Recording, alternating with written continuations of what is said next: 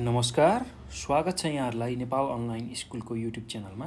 आज हामी कक्षा 10को अनिवार्य स्वास्थ्य, जनसङ्ख्या तथा वातावरण शिक्षाको एसइको 2074 सालमा पूर्वाञ्चल विकास क्षेत्रमा सोधिएको प्रश्नहरू र त्यसका उत्तरहरू हामीले यो भिडियोमा लिएर आएका छौँ।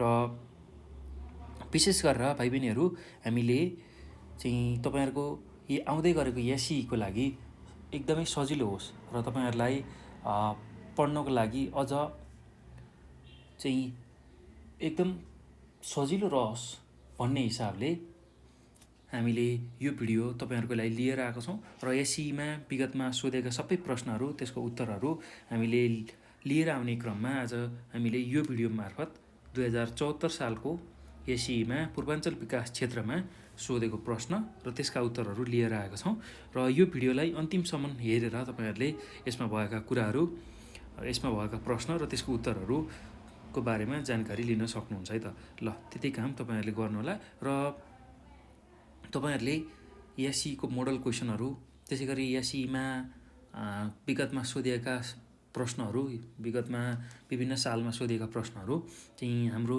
नेपाल अनलाइन स्कुलको युट्युब च्यानलमा सर्च गरेर पनि हेर्न सक्नुहुन्छ र सबै भिडियोहरू नछुटाइकन हेर्दै जानुभयो र त्यसबाट राम्रोसँग पढ्नुभयो र एसइको तयारी गर्नुभयो भने पक्कै पनि तपाईहरुले एसइको परीक्षामा एकदमै राम्रो अङ्क प्राप्त गर्न सक्नुहुन्छ है त। ल, मैले यति कुरा तपाईहरुको जानकारीको लागि गराएँ। अब योभन्दा पछाडि चाहिँ हामी के हेर्छौँ भन्दाखेरि प्रश्न र उत्तरहरू हेर्दै जान्छौँ र 74 को एसइमा सोधेको अब ग्रुप ए अन्तर्गतको अर्थात् छोटो प्रश्न उत्तरको बारेमा हामी पहिला चर्चा गर्छौँ।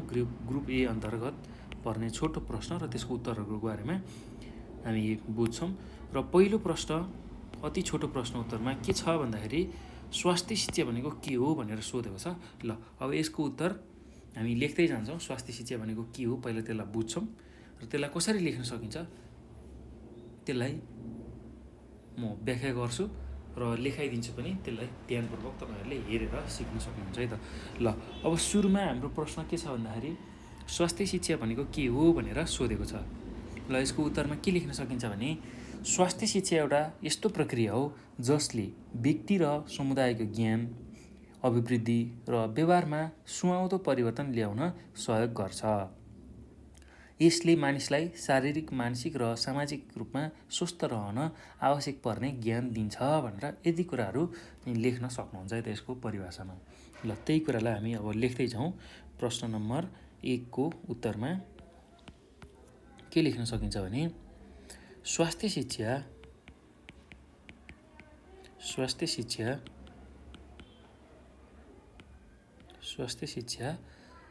एउटा यस्तो प्रक्रिया हो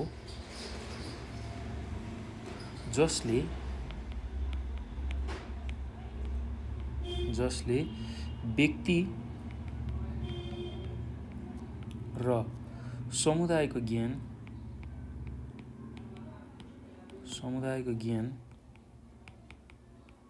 त्यस्तै गरेर अभिवृद्धि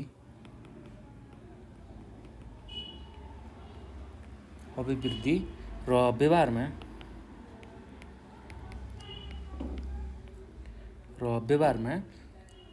सुहाउँदो परिवर्तन ल्याउन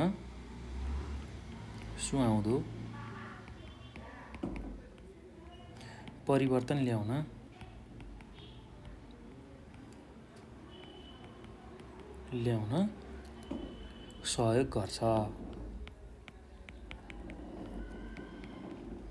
ल, अब यसमा अझै के थप्न सकिन्छ भने यसले मानिसलाई शारीरिक, मानसिक र सामाजिक रूपमा स्वस्थ रहन आवश्यक पर्ने ज्ञान दिन्छ। ल, त्यो कुरा नि लेख्न सक्छौँ हामी। यसले मानिसलाई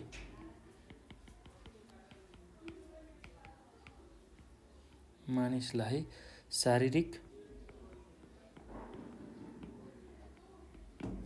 मानसिक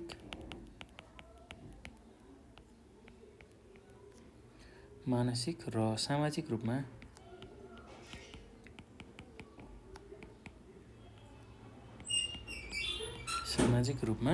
स्वस्थ रहन स्वस्थ रहन आवश्यक पर्ने ज्ञान दिन्छ।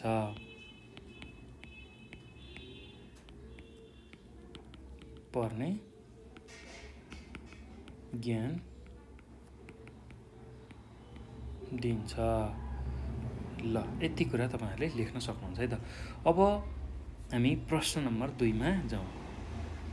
प्रश्न नम्बर 2 मा के छ भन्दाखेरि जनसङ्ख्या वृद्धि दर कसरी निकालिन्छ भनेर सोधेको छ।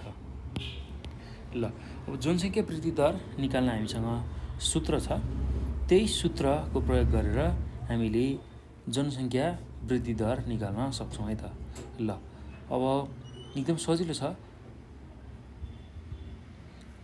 जनसङ्ख्या वृद्धि दर निकाल्न हामीलाई के कुराहरू चाहिन्छ भन्दाखेरि हामीलाई कुनै ठाउँको 1 वर्षभरिको जन्म, मृत्यु र खुद बसाइसराई चाहिँ हामीलाई आवश्यक पर्छ। त्यो कुरा भयो भने हामीले त्यसबाट जनसङ्ख्या वृद्धि दर निकाल्न सक्छौँ है त। ल अब त्यसमा के कुरा लेख्न सकिन्छ भने उत्तरको रूपमा प्रश्न नम्बर 2 मा के उत्तर लेख्न सकिन्छ भन्दाखेरि जनसङ्ख्या वृद्धि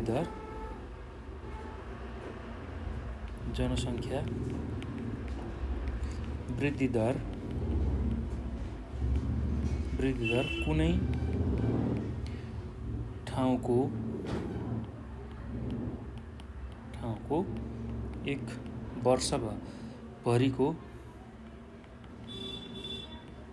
वर्षभरिको जन्म र मृत्युको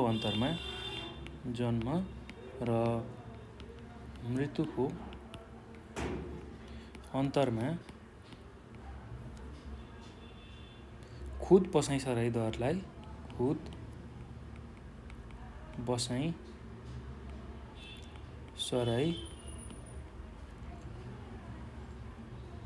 दरलाई जोडी निकालिन्छ।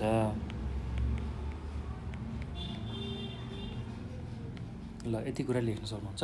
अब यो भन्नुको मतलब यसलाई सूत्रबाट अझ प्रश्नसँग बुझिन्छ। अर्थात्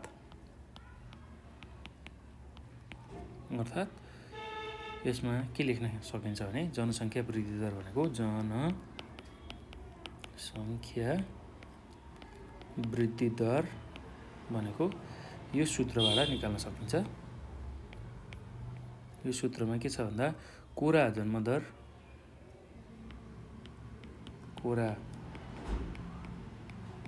जन्मदर त्यसमा कोरा मृत्यु दरलाई घटाउने र त्यसमा खुद अथवा खास बसाइसराई दर जोड्ने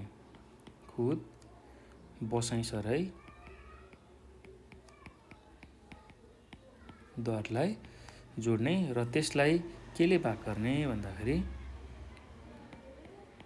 1000 ले भाग गर्ने र 100% गुणन गर्यौं भने त्यसले हामीलाई जनसङ्ख्या वृद्धि दर दिन्छ है त। ल यति कुरा चाहिँ हामीले सम्झनु पर्यो। अब यो पछि हामी प्रश्न नम्बर 3 मा जाउँ। प्रश्न नम्बर 3 मा के छ भन्दाखेरि विकास निर्माण कार्यको कुनै एक महत्त्व लेख्नुहोस् भनेर सोधेको छ। ल विकास निर्माण कार्यको कुनै एउटा महत्त्व हामीले लेख्नुपर्ने छ। र विकास निर्माण कार्यको महत्त्व भनेको के हो भन्दाखेरि यसको उत्तरमा के लेख्न सक्नुहुन्छ भने यसले विकास निर्माणका कार्यले स्थानीय व्यक्तिमा विकासका कार्यमा संलग्न भई रोजगारको अवसर दिलाउँछ अथवा पाउँछ भनेर हामीले लेख्न सक्छौँ है त। ल त्यही कुरालाई हामी उत्तरको रूपमा लेखौँ। प्रश्न नम्बर 3 को उत्तरमा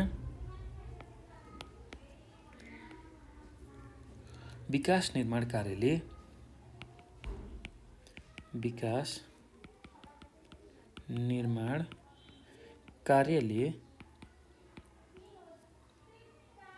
स्थानीय व्यक्तिमा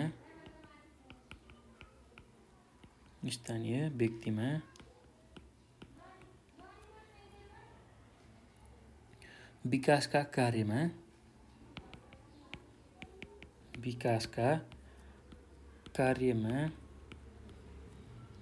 संलग्न भई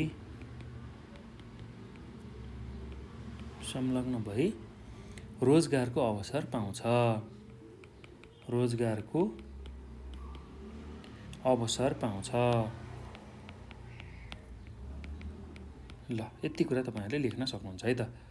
अब यो पछि हामी अर्को प्रश्नमा जान्छौँ। अर्को प्रश्न के छ भन्दाखेरि विक्रम सम्वत 2068 को जनगणना अनुसार नेपालको हिमाली प्रदेशमा कति प्रतिशत जनसङ्ख्या रहेको छ भनेर हामीलाई प्रश्नले सोधेको छ। ल हाम्रो 2068 सालको जनगणना अनुसार चाहिँ हिमाली प्रदेशमा कति पर्सेन्ट अथवा कति प्रतिशत जनसङ्ख्या रहेको छ भन्दाखेरि 6.73% जनसङ्ख्या रहेको छ भनेर हामीले लेख्न सक्छौँ है त। र त्यही कुरालाई हामी उत्तरको रूपमा लेखौँ। प्रश्न नम्बर 4 को उत्तरमा विक्रम सम्वत 2068 को जनगणना अनुसार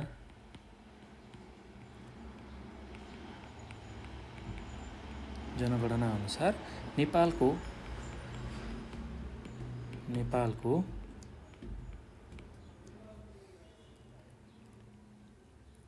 हिमाली प्रदेशमा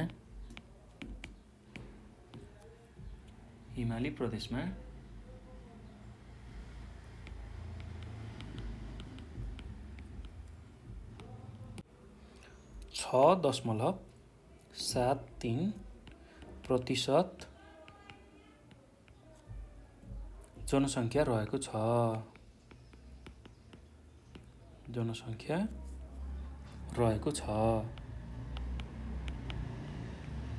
ल यति कुरा लेख्न सक्नुहुन्छ है त।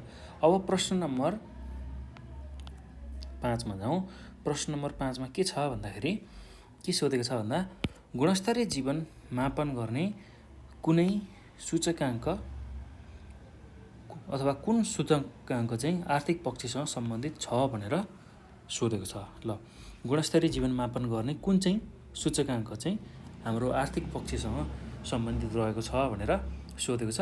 अब यसको उत्तरमा के लेख्न सकिन्छ भने गुणस्तरीय जीवन मापन गर्ने मानव विकास सूचकाङ्क चाहिँ आर्थिक पक्षसँग सम्बन्धित छ भनेर हामीले यसको उत्तर लेख्न सक्छौँ है त। ल त्यही कुरा हामी लेखौँ। गुणस्तरीय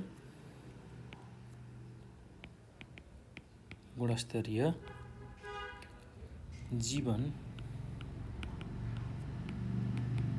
मापन गर्ने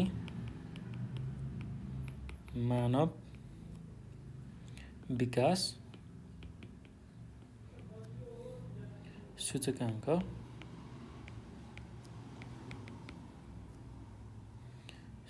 चाहिँ आर्थिक पक्षसँग सम्बन्धित छ।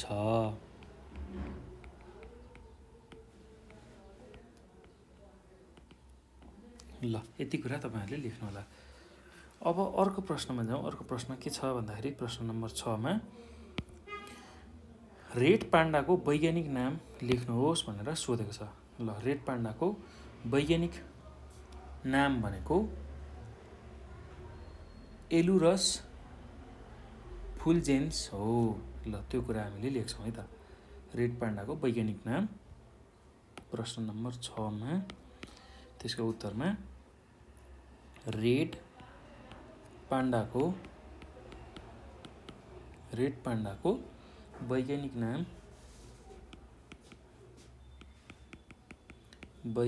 नाम चाहिँ के हो भन्दाखेरि एलुरस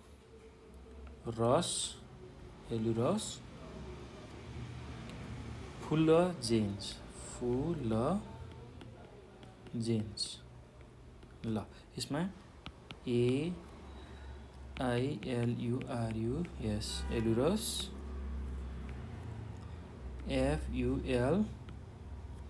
FULGENS हो भनेर लेख्न सक्नुहुन्छ है त। ल अब यो पछि हामी अर्को प्रश्नमा जाउँ। अर्को प्रश्न के छ भन्दाखेरि प्रश्न नम्बर 7 मा कुन कीटाणुले हैजा लाग्दछ भनेर सोधेको छ। कुन कीटाणुले हैजा लागेको छ। ल अब विशेष गरेर भिब्रियो कलेरा भन्ने जुन कीटाणु छ त्यसले गर्दाखेरि हामीलाई हैजा लाग्छ है त। ल त्यही कुरा हामी उत्तरमा लेख्न सक्छौँ। प्रश्न नम्बर 7 को उत्तरमा भिब्रियो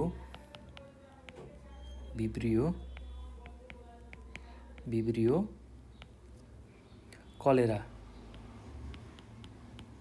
भिब्रियो कलेरा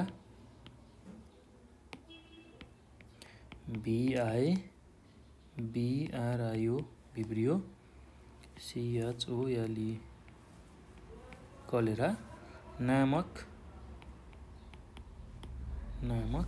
कीटाणुले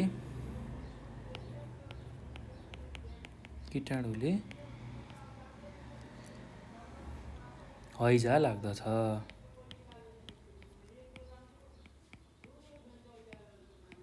ल यति कुरा तपाईहरुले लेख्न सक्नुहुन्छ है त।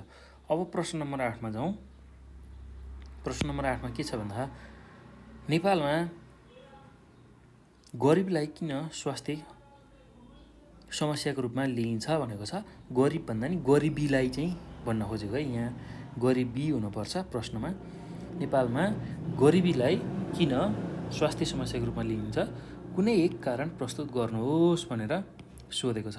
ल अब यसको उत्तरमा के लेख्न सकिन्छ भने नेपालमा गरिबीलाई स्वास्थ्य समस्याको रूपमा लिइन्छ किनकि गरिबीले स्वास्थ्यमा राम्रो लगानी गर्न सकिरहेको छैन र जसले गर्दा देशको स्वास्थ्यको स्तर पनि माथि उठ्न सकेको छैन भनेर हामीले लेख्न सक्छौँ है त। ल त्यही कुरा हामी लेखौँ। प्रश्न नम्बर 8 को उत्तरमा के लेख्न सकिन्छ भने नेपालमा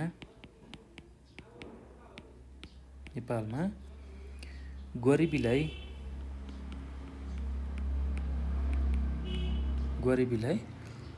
स्वास्थ्य समस्याको रूपमा लिइन्छ। स्वास्थ्य समस्याका रूपमा लिइन्छ किनकि गरिबीले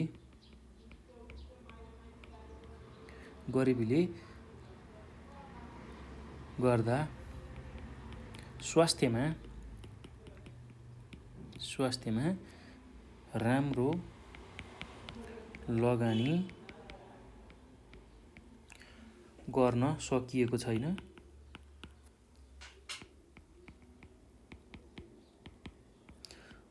यो भन्नुको मतलब कस्तो भन्दाखेरि अब हामीले पैसा अभावको कारणमा त्यस्तै खालको पौष्टिक तत्त्वले युक्त खानेकुराहरू खान पाएको छैनौँ। त्यसैगरी स्वास्थ्यको जुन आधारभूत आवश्यकताहरू छ त्यसलाई पनि परिपूर्ति गर्न पाएका छैनौँ। रोग लाग्दाखेरि चाहिँ पैसाको अभाव भएकै कारणले चाहिँ उपचार गर्न सकिरहेको छैनौँ। यस्तो खालको समस्याहरू भइरहेको छ है त। त्यसले गर्दाखेरि जसले गर्दा देशको स्वास्थ्यको स्तर माथि उठ्न सकेको छैन भनेर लेख्न सक्छौँ है त। जसले गर्दा देशको स्वास्थ्यको स्तर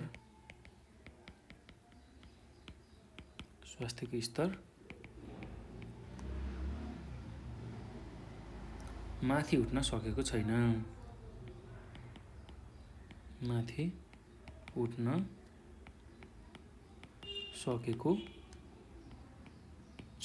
भनेर हामीले लेख्न सक्छौँ है त। ल अब यो पछि हामी अर्को प्रश्नमा जाउँ। अर्को प्रश्न के छ भन्दाखेरि प्रश्न नम्बर 9 मा नेपाल रेड क्रस सोसाइटीका कुनै 2 कार्यहरू लेख्नुहोस् भनेर सोधेको छ। ल नेपाल रेड क्रस सोसाइटीको 2टा कार्यमा के पर्छ भन्दाखेरि पहिलो काम भनेको दैविक प्रकोपबाट पीडित जनताहरूलाई उद्धार गर्ने, त्यस्तै दोस्रो भनेको बिरामीहरूलाई आवश्यक पर्ने रगत उपलब्ध गराउने।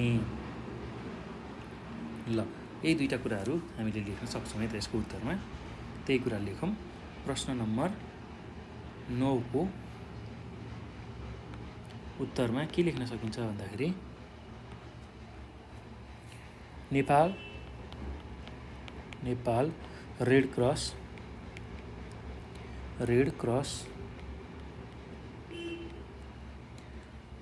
सोसाइटीका दुई कार्यहरू।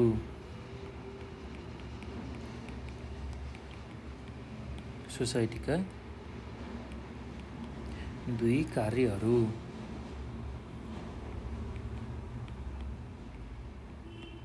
ल अब पहिलो कार्यमा के लेख्न सकिन्छ भने दैविक प्रकोपबाट पीडित जनताहरूलाई उद्धार गर्ने। दैविक अथवा प्राकृतिक प्रकोपबाट पीडित जनतालाई उद्धार गर्ने।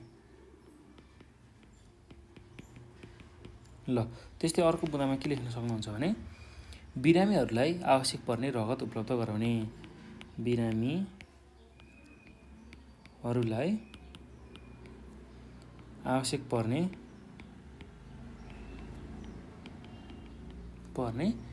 रगत उपलब्ध गराउने।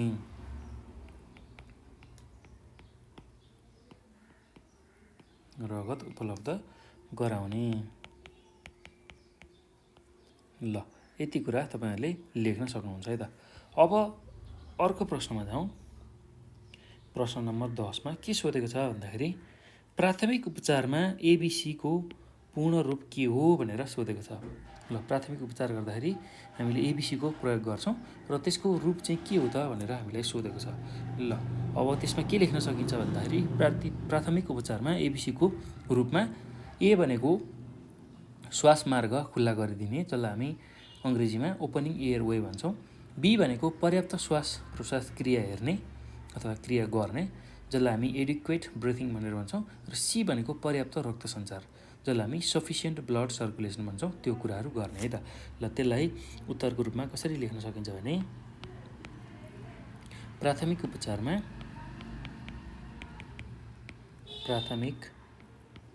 उपचारमा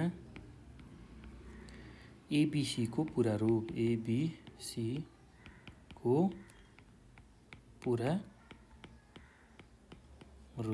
ल अब ए को बारेमा के लेख्न सकिन्छ भनेको ए भनेको श्वास मार्ग खुल्ला गरिदिने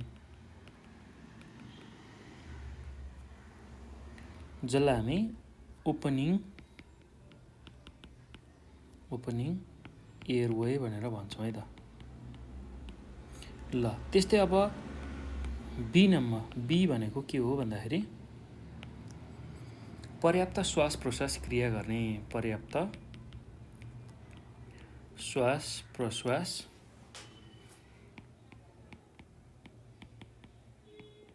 प्रश्वास क्रिया गर्ने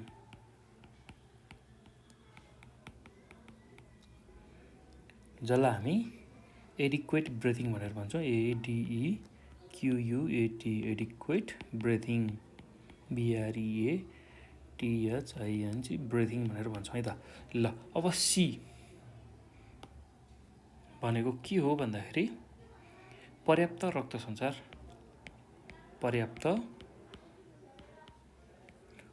सञ्चार जसलाई हामी सफिसिएन्ट ब्लड सर्कुलेसन भनेर भन्छौं। सफिसिएन्ट ब्लड सर्कुलेसन भनेर भन्छौं है त। ल यति कुरा चाहिँ तपाईहरुले यसको एबीसी को पूरा रूपमा लेख्न सक्नुहुन्छ।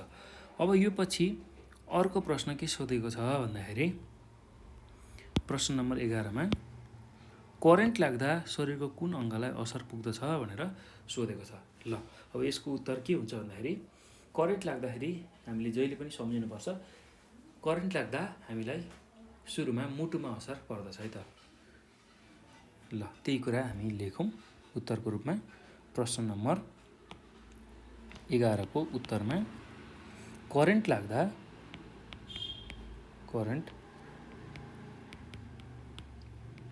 लाग्दा शरीरको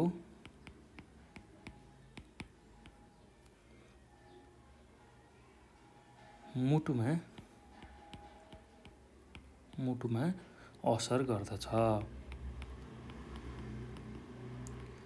ल यति कुरा तपाईँहरूले लेख्न सक्नुहुन्छ। अब यो सँगसँगै भाइ बहिनीहरू हामीले प्रश्न नम्बर 11सम्मको जुन समूह कमा पर्ने प्रश्नहरू थियो त्यसको उत्तर लेख्यौँ।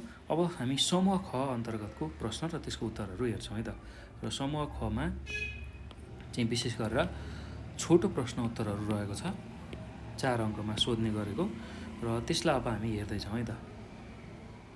ल पहिलो प्रश्न के छ भन्दाखेरि स्वास्थ्य, जनसङ्ख्या र वातावरण शिक्षाका आर्थिक तथा राजनैतिक पक्षको वर्णन गर्नुहोस् भनेर सोधेको छ। स्वास्थ्य, जनसङ्ख्या र वातावरण शिक्षाका आर्थिक तथा राजनैतिक पक्षहरू के हुन् त्यसलाई वर्णन गर्नुहोस् भनेको छ। ल एकदम सजिलो छ, केही पनि गाह्रो छैन। ल अब यसको व्याख्या म तपाईँहरूलाई कसरी गर्ने, कसरी लेख्ने त्यो कुराहरू बताउँछु। यसलाई ध्यानपूर्वक सुन्नु होला र त्यही उत्तरहरूलाई तपाईँहरूले आफ्नो शैलीमा लेख्न सक्नुहुन्छ है त। र विशेष गरेर तपाईँहरूले के कुरा ख्याल गर्नु होला भने मैले यहाँ जुन उत्तरहरू भन्छु त्यसलाई ध्यानपूर्वक तपाईँहरूले सुन्ने गर्नुभयो र त्यही सुनेको कुराहरूलाई आफ्नो भाषामा मिलाएर यसैमा लेख्नुभयो भने पक्कै पनि तपाईँहरूले राम्रो अङ्क प्राप्त गर्न सक्नुहुन्छ है त। ल अब यसको उत्तरमा के लेख्न सकिन्छ भन्दाखेरि स्वास्थ्य, जनसङ्ख्या र वातावरण शिक्षाका आर्थिक तथा राजनीतिक पक्षको वर्णन गर्दाखेरि हामीले के लेख्छौँ भन्दाखेरि मानिसका सबै प्रकारका आवश्यकताहरू पुरा गर्न चाहिने धन सम्पत्ति आय आर्जन गरी आर्थिक उन्नति गर्न सकिन्छ। कृषि उत्पादन गर्ने, त्यस्तै जागिर खाने, होटल व्यवसाय गर्ने, कपडा बुन्ने आदि कार्य आर्थिक पक्ष अन्तर्गत पर्दछन्। यी विभिन्न रोजगारीका कारण व्यक्तिको आर्थिक अवस्था बलियो भई आधारभूत आवश्यकताहरू जस्तै सन्तुलित आहार, आराम, उपचारको राम्रो वातावरण प्राप्त गर्न सकिन्छ। आधारभूत आवश्यकताहरूको परिपूर्तिसँगै मानिसको स्वास्थ्य अवस्था पनि राम्रो हुँदै जान्छ भनेर हामीले लेख्न सकिन्छ है त। अब त्यसै गरी अब राजनीतिक पक्षको वर्णन गर्दाखेरि कसरी लेख्न सकिन्छ भन्दा देशमा सञ्चालित राजनीतिक व्यवस्थाले राज्य सञ्चालनका लागि शैक्षिक, त्यस्तै गरेर आर्थिक विकास निर्माण, सामाजिक सुरक्षा, जनताका मौलिक हक अधिकारको संरक्षण गर्नको लागि योजना, नीति, कार्यक्रम, त्यस्तै गरेर स्रोत बाँडफाँड जस्ता पक्षलाई चाहिँ हामी राजनीतिक पक्ष भनेर भन्छौँ। जस्तै कि गाउँपालिकाहरूमा सञ्चालन गरिने महिला, बालबालिका तथा अपाङ्गता सम्बन्धी कार्यक्रम, त्यस्तै साक्षरता कार्यक्रम आदि। अब देशमा निर्माण भएका नीति, नियम र कानुन अनुरूप जनसङ्ख्याका कार्यक्रमहरू सञ्चालित हुन्छन्। देशका सबै जनताहरूका लागि आवश्यक पर्ने आधारभूत स्वास्थ्य सेवा र सुविधा उपलब्ध गराउने सरकारको नीति र कार्यक्रमले जनताको स्वास्थ्य स्तर वृद्धि गर्न र स्वस्थ जनशक्ति उत्पादन गर्न सहयोग पुर्याउँछ। त्यस्तै गरी वातावरणसँग सम्बन्धित उपयुक्त नीति र कार्यक्रमले वातावरणको विवेकपूर्ण प्रयोग गरी यसको संरक्षण र सम्वर्धन गर्न पनि सहयोग पुर्याउँछ भनेर हामीले यसको उत्तरमा लेख्न सक्छौँ है त। ल एकदम सजिलो छ, त्यस्तो गाह्रो केही पनि छैन। ल यति कुरा तपाईँहरूले यसको उत्तरमा लेख्नु होला। अब अर्को प्रश्न छ, प्रश्न नम्बर 13मा गर्भनिरोधका प्राकृतिक उपायहरू के हुन्, कुनै एकको वर्णन गर्नुहोस् भनेर सोधेको छ। अथवा यहाँ एउटा हिसाब सोधेको छ, कुनै जिल्लामा विक्रम सम्वत 2070 सालमा 20 देखि 24 वर्ष उमेर समूहका महिलाले 200 जीवित शिशुहरूको जन्म दिए। यदि त्यो वर्ष त्यस उमेर समूहका महिलाहरूको सङ्ख्या 10,000 थियो भने उक्त उमेर समूहको जुन उमेर विशिष्ट प्रजनन दर कति हुन्छ त्यसलाई निकाल्नुहोस् भनेर सोधेको छ है त। ल अब यो दुवै प्रश्नहरू हामी हेर्छौँ। सुरुमा हामी गर्भनिरोधका प्राकृतिक उपायहरू के हुन् त्यसको बारेमा चर्चा गर्छौँ है त। ल अब गर्भनिरोधका प्राकृतिक उपायहरूमा चाहिँ के पर्छ भन्दाखेरि बाह्य स्खलन जो चाहिँ पुरुषको हो, पुरुषले गर्छ। त्यस्तै अर्को छ छन्द विधि जुन चाहिँ महिलाले प्रयोग गर्छिन्, र त्यस्तै गरेर योनि रसको परीक्षण विधि जुन चाहिँ महिलाले गर्छिन्, र अर्को छ स्तनपान विधि, त्यो पनि महिलाले गर्छन् है त। ल त्यो लेखेर कुनै एउटाको हामीले वर्णन गर्नुपर्ने छ। ल यसलाई कसरी लेख्ने म यो उत्तर भन्छु, यसलाई ध्यानपूर्वक तपाईँहरूले सुन्नु होला है त। प्रश्न नम्बर अब समूह ख अन्तर्गतको प्रश्नको उत्तरहरू हामी हेर्दैछौँ। त्यसमा पनि 12 नम्बरको हामीले हेरिसक्यौँ, बुझिसक्यौँ 12 नम्बरको प्रश्नको उत्तर। 13 नम्बरमा हामीले के लेख्न सकिन्छ भने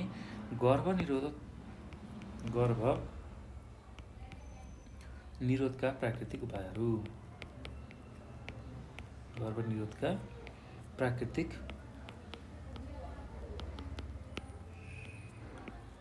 उपायहरू। ल के गर्न सकिन्छ प्राकृतिक उपायमा? पहिलो भनेको बाह्य स्खलन।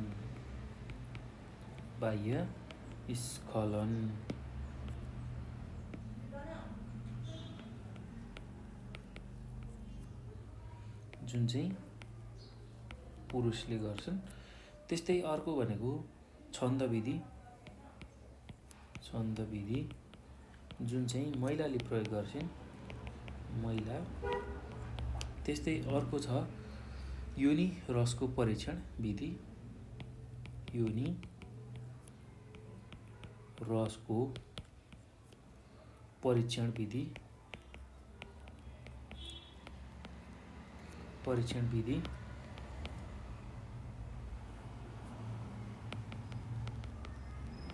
यो पनि महिलाले गर्ने गर्छ। ल अब अर्को छ त्यस्तै गरेर स्तनपान विधि।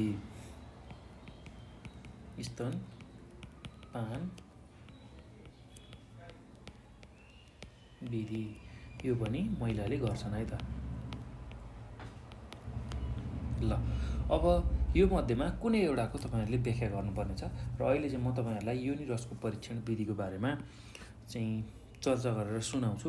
त्यसलाई कसरी गर्न सकिन्छ र त्यसबाट कसरी गर्भनिरोध हुन्छ र यो गर्भनिरोधको कसरी प्राकृतिक उपायहरुमा पर्छ त्यही कुरालाई हामीले व्याख्या गर्छौं र यसलाई ध्यानपूर्वक सुन्नु होला है त।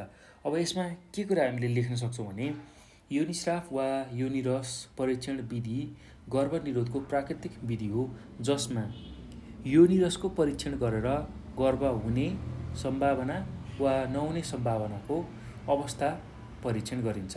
योनिरस परीक्षण गरेर गर्भ हुने सम्भावना देखेमा यौन सम्पर्क गर्नु हुँदैन र गर्भ रहने सम्भावना नभएमा यौन सम्पर्क गरे हुन्छ। त्यस्तै गरेर योनिस्राव परीक्षणका लागि सुरुमा हामीले राम्ररी सफा पानीले हात धुनुपर्छ अनि आफ्नो औँलाले योनिभित्र घुसारेर अलिकता योनिस्राव झिक्नुपर्छ।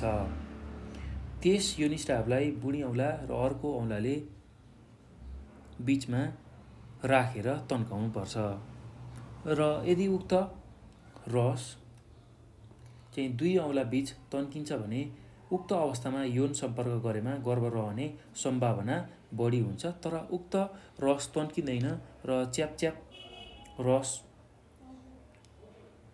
दुई औँला बीच तन्किन्छ भने त्यो बेलामा चाहिँ तन्किँदाखेरि चाहिँ हामीले गर्भ रहने सम्भावना बढी हुन्छ र यदि च्यापच्याप मात्रै लाग्छ र त्यो तन्किँदैन भने त्यति बेला चाहिँ यौन सम्पर्क गरेमा गर्भधारण हुने सम्भावना हुँदैन। त्यस्तै गरेर गर्भ रहने सम्भावना कम भएपछि शिशुहरू जन्मने सम्भावना पनि कम हुन जान्छ र त्यसले चाहिँ जनसङ्ख्या वृद्धि रोक्न मद्दत गर्छ भनेर हामीले लेख्न सक्छौं है त। ल एकदम सजिलो छ। योनिस्राव परीक्षण विधि विशेष गरेर महिलाहरूले प्रयोग गर्छन् र यो चाहिँ प्राकृतिक तरिका हो है। प्राकृतिक तरिका हो के को लागि भन्दाखेरि गर्भनिरोधको प्राकृतिक उपायको लागि, गर्भनिरोध गर्नको लागि। र यसमा के गरिन्छ भन्दाखेरि महिलाहरूले सुरुमा आफ्नो हातलाई राम्रोसँग धुने र धोइसकेपछि योनिभित्र औँला छिराएर त्यहाँबाट योनिस्राव गराउने र त्यसलाई आफ्नो हातमा लिने बुढी औँला र अर्को औँलाले लिने र त्यसलाई तन्काउने। त्यसलाई तन्काउँदाखेरि औँला फट्याउँदाखेरि यदि त्यो तन्कियो भने त्यस्तो बेलामा यौन सम्पर्क हामीले राख्नु हुँदैन र यदि त्यो बेलामा यौन सम्पर्क राख्यो भने बच्चा जन्मिने सम्भावना बढी हुन्छ। त्यसैले अब यदि त्यो योनिस्राव चाहिँ तन्किएन, च्यापच्याप मात्र लाग्ने भयो भने त्यति बेला चाहिँ बच्चा नरहने सम्भावना बढी हुन्छ र त्यति बेला चाहिँ यौन सम्पर्क पनि गर्न सकिन्छ है त। ल यति कुरा चाहिँ तपाईहरुले याद गर्नु होला। र यसरी गर्भ रहने सम्भावना कम भएपछि शिशु जन्मने सम्भावना पनि बढी हुन्छ, जसले गर्दा जनसङ्ख्या वृद्धिमा रोक ल्याउन सहयोग पुग्छ भनेर हामीले लेख्न सक्छौँ। ल यति कुरा तपाईँहरूले यसमा लेख्नु होला। अब अर्को छ अथवामा हामीलाई यहाँ प्रश्न सोधेको छ के भन्दाखेरि उमेर विशिष्ट प्रजनन दर निकाल्नुहोस् भनेर सोधेको छ। विक्रम सम्वत 2070 सालमा 20 देखि 24 वर्षको महिलाको उमेर समूह दिएको छ र तिनीहरूले चाहिँ 200 जना जीवित शिशुहरू जन्माएका छन् र मध्य वर्षको 20 देखि 24 वर्षको उमेर समूहको महिलाहरूको सङ्ख्या दिएको छ। त्यो हो भने उमेर विशिष्ट प्रजनन दर कति हुन्छ त्यो कुरा सोधेको छ है त। ल अब यसको उत्तरमा के लेख्न सकिन्छ भने अथवा वाला प्रश्नहरू हामीले गर्दैछौँ है त। ल यहाँ हामीलाई के कुरा दिएको छ त्यो कुरालाई सुरुमा लेख्छौँ। विक्रम सम्वत 2070 सालमा कुनै जिल्लामा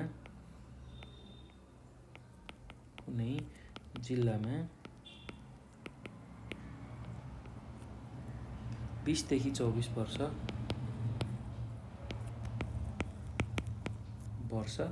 उमेर समूहका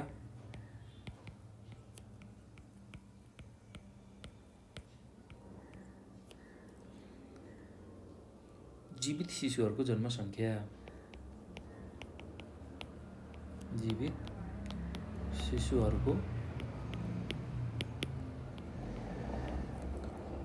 जनसङ्ख्या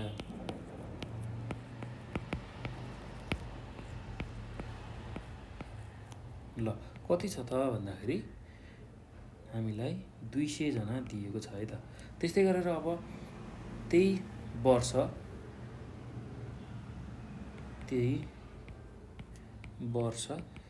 त्यही उमेर समूहका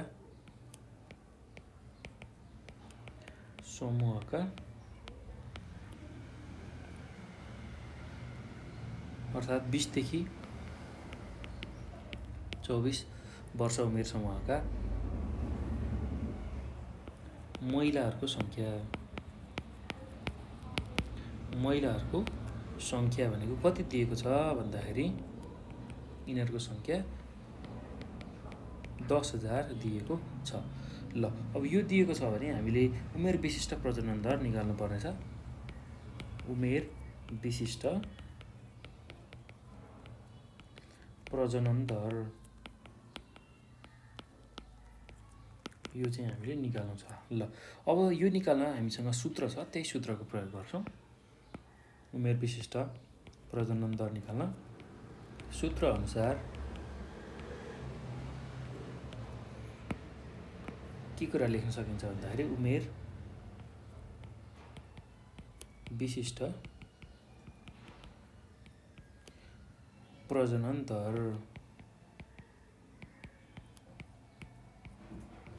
ल यसलाई निकाल्ने सूत्र के हो भन्दाखेरि उमेर विशिष्ट प्रजनन दर निकाल्ने सूत्र भनेको कुनै वर्षमा प्रजनन योग्य उमेरमध्ये खास उमेरका महिलाबाट जन्मिएका कुल जीवितको जनसङ्ख्यालाई मध्य वर्षको प्रजनन योग्य उमेरमध्ये सोही उमेरका महिलाको कुल जनसङ्ख्याले भाग गर्ने र त्यसलाई 1000ले गुणन गर्यौँ भने हामीले उमेर विशिष्ट प्रजनन दर निकाल्न सक्छौँ है त। ल त्यही कुरालाई हामी लेखौँ। कुनै वर्षमा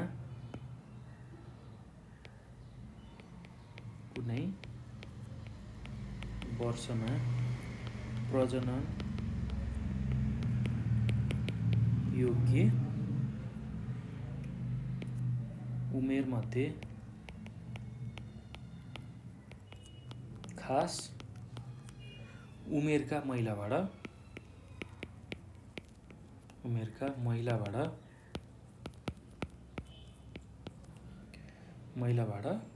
जन्मिएका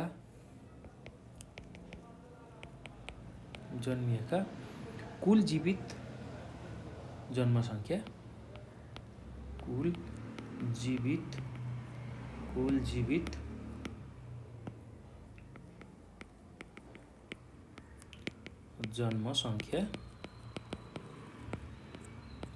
लाई चाहिँ केले भाग गर्नु पर्यो भन्दाखेरि मध्य वर्षको प्रजनन योग्य उमेर मध्ये सोही उमेरका महिलाको कुल जनसङ्ख्याले। ल मध्य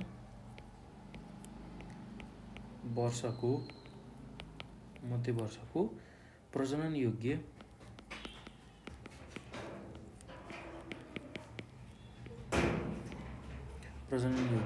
उमेर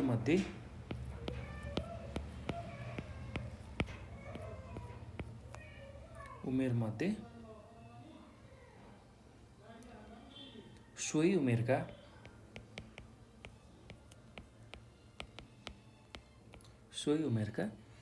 महिलाको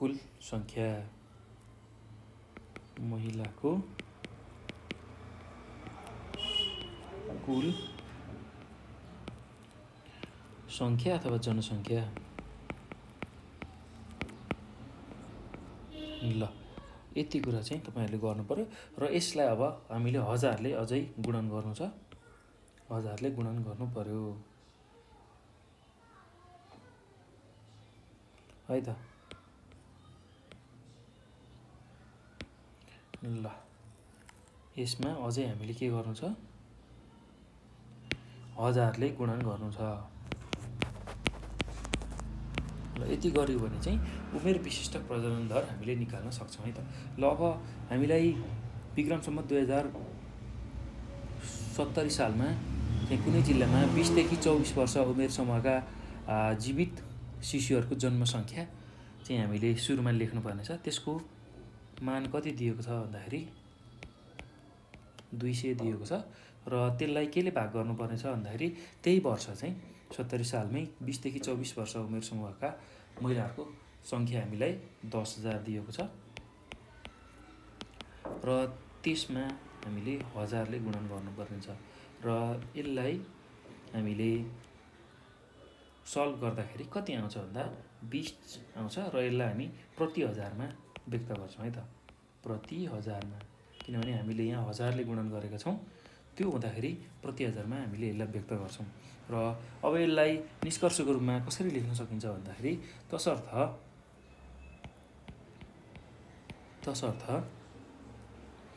त्यस सहरमा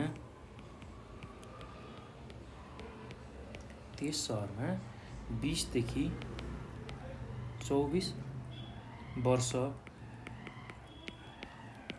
उमेर समूहका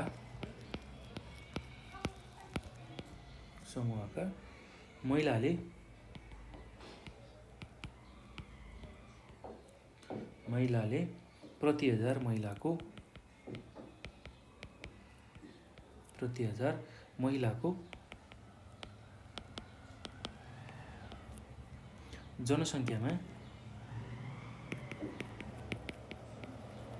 जनसङ्ख्यामा 20 जना जीवित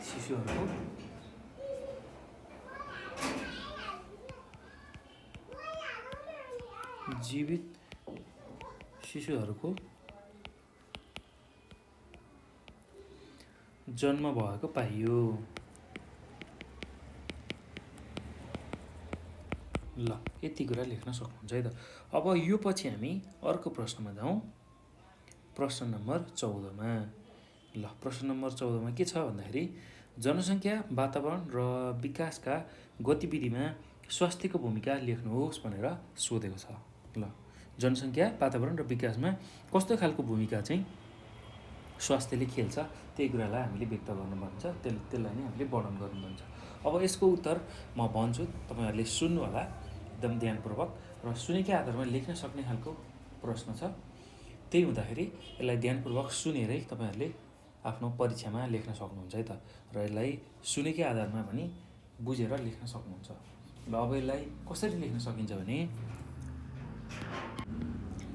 जनसङ्ख्या, वातावरण र विकासको एक महत्त्वपूर्ण गतिविधि स्वास्थ्य हो। स्वास्थ्य मानिसको आधारभूत आवश्यकता हो। विकासको प्रमुख आधार स्वस्थ जनशक्ति हो।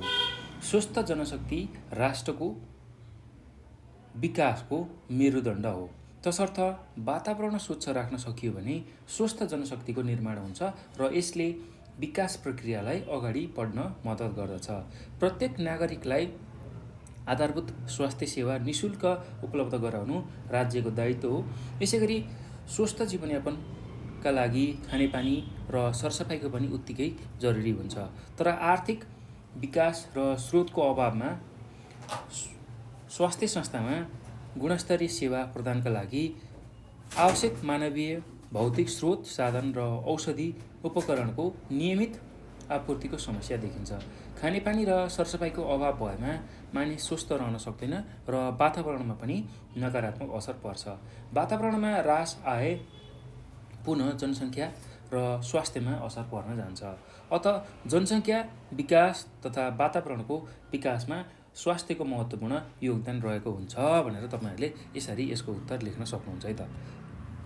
अब यो पछि हामी अर्को प्रश्नमा जाउँ। अर्को प्रश्नमा के छ भन्दाखेरि हिमाली प्रदेशको भौतिक पक्षसँग जैविक पक्ष कसरी निर्भर रहेको छ, संक्षेपमा प्रस्तुत गर्नुहोस् भनेर सोधेको छ।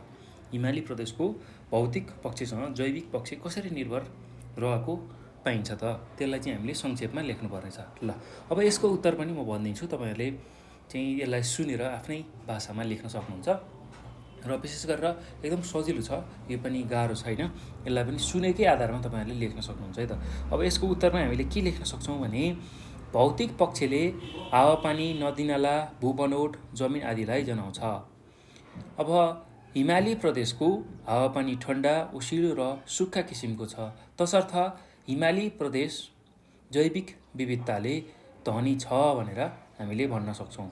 र त्यसमा सबैभन्दा धनी भनेको प्रदेशहरूमा जैविक विविधतामा पहाडी प्रदेश हो र तुलनात्मक रूपमा हिमाली प्रदेश पनि जैविक विविधताले धनी छ, हामीले त्यो लेख्न सक्छौँ।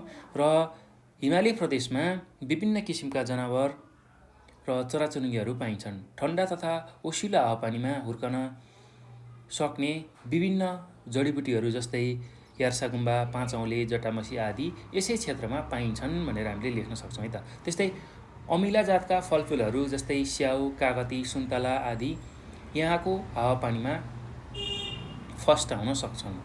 त्यस्तै गुराँस, धुपी, भोजपत्र, देवदार, गोब्रेसल्ला जस्ता बोटहरू यहाँ राम्ररी हुर्कन सक्छन्। त्यसै गरी यहाँ हिमचितुवा, घोरल, झारल, दैकाली भालु, बँदेल, पाण्डा जस्ता जनावर र डाँफे, मुनाल, कालिज जस्ता चराहरू पनि पाइन्छन्। त्यस्तै चुच्चा पात रहनु त्यहाँका बोटबिरुवाहरूको विशेषता हो। यहाँ बाक्लो रौँ भएका चिसो र न्यून अक्सिजनयुक्त क्षेत्रमा बाँच्न सक्ने जीवजन्तु मात्र रहन सक्छन्। यहाँको जनावर र बोटबिरुवाहरूको आनुवंशिक क्षमता यहाँको हावापानी र भौगोलिक अवस्था अनुकूल रहेको छ भनेर यति कुराहरू चाहिँ तपाईँहरूले लेख्न सक्नुहुन्छ है त। भौतिक पक्ष र जैविक पक्ष दुवै कुरा निर्भर रहेको छ भनेर हामीले लेख्न सक्छौँ, किनभने भौतिक पक्षमा हावापानी, नदीनाला, भूबनोट पर्छ हो। त्यही हावापानीलाई सहन सक्ने खालका जीवजन्तुहरू त्यहाँ पाइन्छन्। त्यस्तै त्यही भूबनोटकै आधारमा जुन हिउँ पर्ने ठाउँमा त्यस्तै खालका बोटबिरुवा, त्यस्तै खालका चराचुरुङ्गी, त्यस्तै खालका चाहिँ वन्यजन्तु पाइन्छन् जसले चाहिँ त्यो चिसोलाई खप्न सक्नुहुन्छ है त। ल यति कुरा तपाईँहरूले यसको उत्तरमा लेख्न सक्नुहुन्छ है त। अब यो पछि हामी अर्को प्रश्नमा जाउँ। अर्को प्रश्न के छ भन्दाखेरि प्रश्न नम्बर 16मा गुणस्तरीय जीवनका लागि स्तरीय शिक्षा विषयमा एउटा छोटो टिप्पणी तयार पार्नुहोस् भनेर सोधेको छ है त। ल एकदम सजिलो छ, त्यस्तो गाह्रो केही पनि छैन। गुणस्तरीय जीवनको लागि स्तरीय शिक्षामा हामीले एउटा टिप्पणी लेख्नु छ। अब त्यो टिप्पणी कसरी लेख्न सकिन्छ, त्यसमा के कुराहरू राख्न सकिन्छ भनेर चाहिँ म तपाईँहरूलाई बताउँछु। यसलाई पनि ध्यानपूर्वक सुन्नु होला, म यसको उत्तर लेखाउन्न, ध्यानपूर्वक सुन्नु होला, म यसको उत्तर बताउँछु र त्यसलाई नै सुनेर तपाईँहरूले आफ्नो उत्तर एकदम राम्रोसँग लेख्न सक्नुहुन्छ है त। ल अब यसको उत्तरमा हामीले के लेख्न सक्छौँ भने गुणस्तरीय जीवनमा शिक्षाको अपरिहार्य महत्त्व हुन्छ। स्तरीय शिक्षा बिना गुणस्तरीय जीवनको निर्माण गर्न सकिँदैन। शिक्षा मानव जीवनको ज्ञानको ज्योति हो, यसले अज्ञानतालाई हटाउँछ। परिवारका प्राय सबै सदस्यहरू शिक्षित भएमा एक आपसमा समझदारी, पारस्परिक सहयोग, सद्भाव, शान्ति र मेलमिलाप कायम हुने सम्भावना बढी हुन्छ। त्यसैले परिवारको मुली वा दम्पतिले आफ्नो केटाकेटीलाई समयमा नै स्तरीय र गुणस्तरीय व्यवहारिक शिक्षा उनीहरूको चाहना अनुरूप दिन सक्यौँ भने यसले परिवारलाई दीर्घकालीन उपलब्धि प्राप्त भई परिवारको जीवनस्तर उकास्न पनि मद्दत गर्दछ।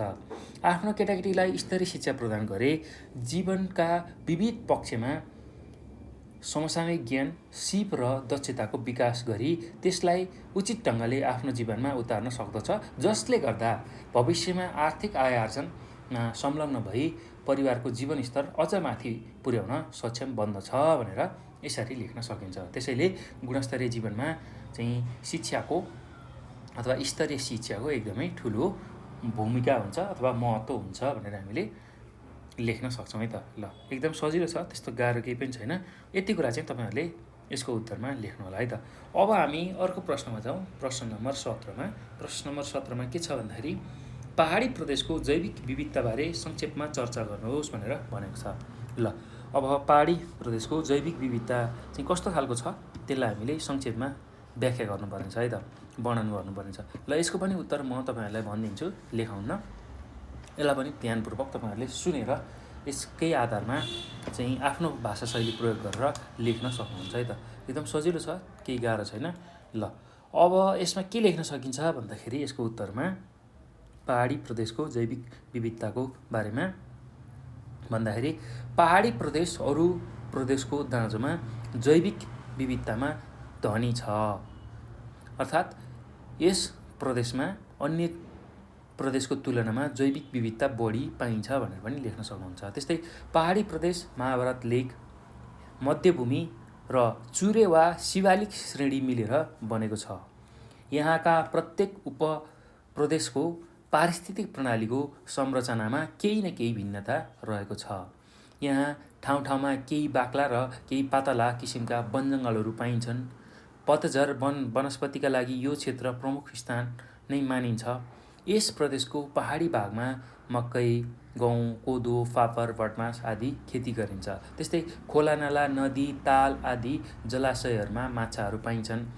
यस क्षेत्रको माथिल्लो उचाइमा गुराँस, खर्सु, देवदार, सिसौ, खैर जस्ता बोट बिरुवाहरू पाइन्छन्।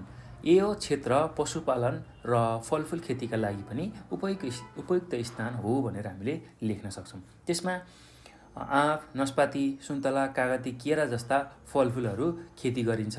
त्यसै गरी यहाँ विभिन्न किसिमका पशुपन्छीहरू जस्तै भालु, चितुवा, मृग, बाँदर, जङ्गली बिरालो, चित्तल, रतुवा यस्ता खालका वन्यजन्तुहरू पाइनुका साथै कालिज, ढुकुर, सुगा, बाज यस्ता खालका अन्य किसिमका चराचुरुङ्गीहरू पनि पाइन्छन् भनेर हामीले लेख्न सक्छौँ है त। ल, अब जैविक विविधता भन्ने बित्तिकै हामीले के कुरा सम्झिने भन्दाखेरि यहाँ कस्तो खालको जीवजन्तु, वनस्पति, कस्तो खालको चाहिँ बालीनाली, कस्तो खालको पशुहरू, कस्तो खालको जङ्गली जनावरहरू, त्यसै गरी कस्तो खालको पन्छीहरू त्यहाँ पाइन्छन्, त्यसको बारेमा चाहिँ हामीले खुलस्त रूपमा लेख्नुपर्ने हुन्छ है त जैविक विविधता भन्ने बित्तिकै। ल, यति कुरा चाहिँ तपाईँहरूले यसको उत्तरमा लेख्न सक्नुहुन्छ है त। अब अथवा अर्को कुरा यहीँ के सोधेको छ भन्दाखेरि 17 नम्बरकै अथवामा कुनै एक भौगोलिक क्षेत्रको जैविक विविधताबारे संक्षेपमा लेख्नुहोस् भनेर सोधेको छ। कुनै एउटा भौगोलिक क्षेत्रमा रहेको जुन जैविक विविधता छ त्यसलाई चाहिँ हामीले संक्षेपमा लेख्नुपर्ने छ। ल, अब यसको उत्तर पनि म भन्छु, तपाईँहरूले ध्यानपूर्वक सुन्नु होला है त। यसमा के लेख्न सकिन्छ भने अब मैले चाहिँ तराई प्रदेशको जैविक विविधताको बारेमा अहिले चर्चा गर्दैछु है त। र तपाईँहरूले जुनसुकै क्षेत्रको पनि लेख्न सक्नुहुन्छ, पहाडकै लेख्न सक्नुहुन्छ अथवा तराईको लेख्न सक्नुहुन्छ अथवा हिमाली प्रदेशको जैविक विविधताको बारेमा लेख्न सक्नुहुन्छ। जुनसुकै पनि तपाईँहरूले लेख्न सक्नुहुन्छ यसको उत्तरमा। त्यस्तो ठ्याक्कै यही नै लेख्नुपर्छ भन्ने त्यस्तो केही पनि छैन, त्यो कुरा तपाईँहरूले बुझ्नु होला है त। ल, अब यसमा के लेख्न सकिन्छ भन्दाखेरि तराई प्रदेशको भौगोलिक जुन तराई प्रदेश जुन छ त्यसको जैविक विविधतामा के कुराहरू राख्न सकिन्छ भन्दाखेरि लेख्न सकिन्छ भन्दाखेरि तराई प्रदेश नेपालको दक्षिणी भागमा पूर्व पश्चिम फैलिएर रहेको छ। यहाँको हावापानी उष्ण छ, अर्थात् गर्मी छ। यहाँको जुन हावापानी गर्मी खालको छ र मलिलो माटो तराई प्रदेशमा भएको हुनाले यहाँ खेतीपाती र वनजङ्गल आदिका लागि चाहिँ तराई प्रदेश उपयुक्त छ भनेर हामीले लेख्न सक्छौँ है त। त्यस्तै जैविक विविधताका दृष्टिले हेर्दा चाहिँ तराई प्रदेशमा विभिन्न किसिमका वनस्पति, पशुपन्छी र अन्य जीवहरू पाइन्छन्। यस क्षेत्रको माटो उर्वर भएकाले यहाँ धान, गहुँ, सुर्ती, उखु, जुट आदि बालीहरूको खेतीपाती गरिन्छ। तराई क्षेत्र वनस्पतिको भण्डार हो। यहाँ उष्ण सदाबहार र उपोष्ण पतझर वनजङ्गल मुख्य रूपमा छन्। त्यस्तै साल, सिसौ, साज, सत्तिसाल, खटार, सिन्दुरे, हर्रो, बर्रो, सिमल, पलास जस्ता बोटबिरुवाहरू तराई प्रदेशमा पाइन्छन्। त्यसै गरी घना र ठुला वनजङ्गल भएका कारण यहाँ धेरै किसिमका जीवजन्तुहरू पनि पाइन्छन्। पन्छीको लागि पनि यो क्षेत्र धनी छ। यस प्रदेशमा पाइने मुख्य पशुपन्छीहरूमा बाघ, हात्ती, गैँडा, अर्ना, चौरीगाई, नीलगाई, चितुवा, विभिन्न जातका मृग, त्यस्तै गरेर बँदेल, मगर गोही, घडियाल गोही, अजिङ्गर जस्ता जीवजन्तुहरू पर्छन्। त्यसै गरी मयूर, बनकुखुरा, सारस, बाज, धनेश, बकुल्ला आदि यस क्षेत्रमा पाइने मुख्य चराचुरुङ्गीहरू हुन्। समग्रमा भन्नुपर्दा तराई क्षेत्र जैविक विविधतामा निकै धनी छ भनेर हामीले लेख्न सक्छौँ है त। ल, यति कुरा चाहिँ तपाईँहरूले यसको उत्तरमा लेख्नु होला। एकदम सजिलो छ, त्यस्तो गाह्रो केही पनि छैन। ल, अब यो पछि हामी अर्को प्रश्नमा जान्छौँ, प्रश्न नम्बर 18मा। यसमा के छ भन्दा दूषित खाना र पानीबाट सर्ने रोगहरूको सूची तयार पारी गोलो जुकाका लक्षणहरू लेख्नुहोस् भनेर सोधेको छ। ल, दूषित खाना र पानीबाट सर्ने रोगहरूको सूची लेखेर चाहिँ गोलो जुका लाग्दाखेरि अथवा गोलो जुका शरीरमा प्रवेश गर्दाखेरि कस्तो खालको लक्षणहरू देखिन्छन् त्यसको बारेमा हामीले लेख्नुपर्ने छ। ल, अब त्यसलाई लेख्दै जाउँ। प्रश्न नम्बर 18को उत्तरमा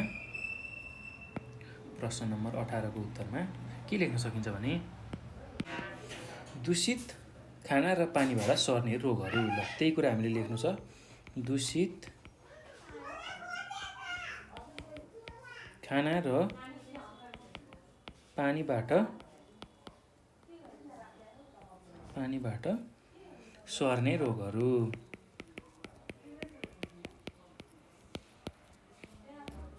ल, अब पहिलो बुँदामा के लेख्न सक्नुहुन्छ भने दूषित खाना र पानीबाट सर्ने रोगहरूमा पहिलो रोग भनेको झाडा पखाला लेख्न सक्नुहुन्छ है त। झाडा पखाला। त्यस्तै दोस्रो बुँदामा के लेख्न सक्नुहुन्छ भने आउँ। त्यस्तै अर्को बुँदामा के लेख्न सक्नुहुन्छ भने हैजा। त्यस्तै अर्को बुँदामा हेपाटाइटिस बी र ओ। त्यस्तै अर्को बुँदामा गोलो जुका पर्नु। ल, यति कुरा लेख्न सक्नुहुन्छ है त। अब यो पछि हामीलाई अर्को के कुरा सोधेको छ भने गोलो जुकाका लक्षणहरूको बारेमा हामीले लेख्नुपर्ने छ। अब के हुन्छ त गोलो जुकाको लक्षण, त्यही कुरालाई हामीले लेखौँ त। गोलो जुकाका लक्षणहरू। ल, के हो त गोलो जुकाको लक्षणमा भन्दाखेरि पहिलो लक्षण भनेको पेट दुख्ने तथा फुल्ने हुन्छ। पेट दुख्ने तथा फुल्ने। त्यस्तै दोस्रोमा के हुन्छ भन्दाखेरि खाना नपच्ने, खाना खानु मन नलाग्ने। खाना नपच्ने र खाना मन नलाग्ने।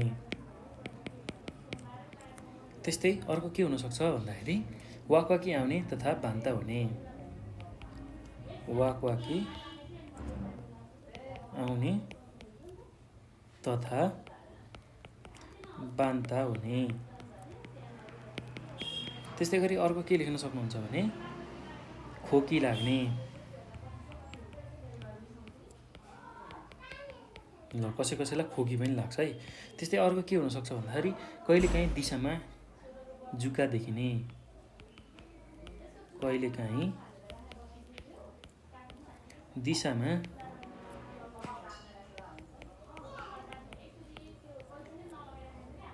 जुका देखिने। र अर्को के हुनसक्छ भन्दाखेरि कहिलेकाहीँ मसिना टुक्रा अथवा जुका चाहिँ नाक वा मुखबाट बाहिर निस्कने। ल त्यही लेख्न सकिन्छ।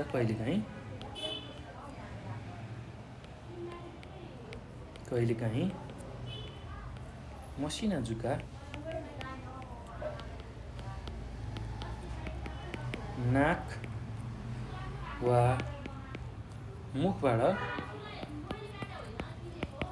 मुखबाट बाहिर निस्कने।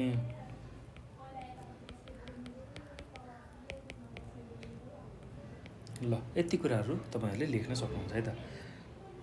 ल अब यो पछि हामी अर्को प्रश्नमा जाउँ। अर्को प्रश्न के छ भन्दाखेरि यौनजन्य रोगहरूबाट बच्नका लागि अपनाउनु पर्ने उपायहरू लेख्नुहोस् भनेर सोधेको छ। ल अब यसको उत्तरमा के लेख्न सकिन्छ भने अब यौनजन्य रोगबाट बच्नका लागि अपनाउनु पर्ने उपायहरू के गर्न सकिन्छ त्यसकै बारेमा लेख्दै जाउँ। प्रश्न नम्बर 19 को उत्तरमा के लेख्न सकिन्छ भने यौनजन्य रोगहरूबाट बच्न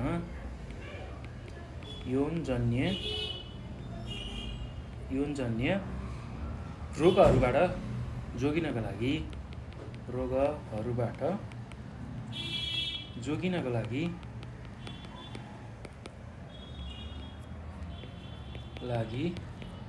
अपनाउनु पर्ने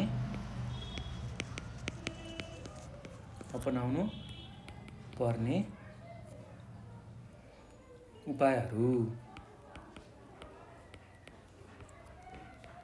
ल अब के गर्न सकिन्छ भन्दाखेरि पहिलो बुँदामा के लेख्न सकिन्छ भन्दा असुरक्षित यौन सम्पर्क नगर्ने र सम्पर्क गर्दा यदि सम्पर्क नै गर्नु पर्यो भने कन्डमको प्रयोग गर्नुपर्छ। ल असुरक्षित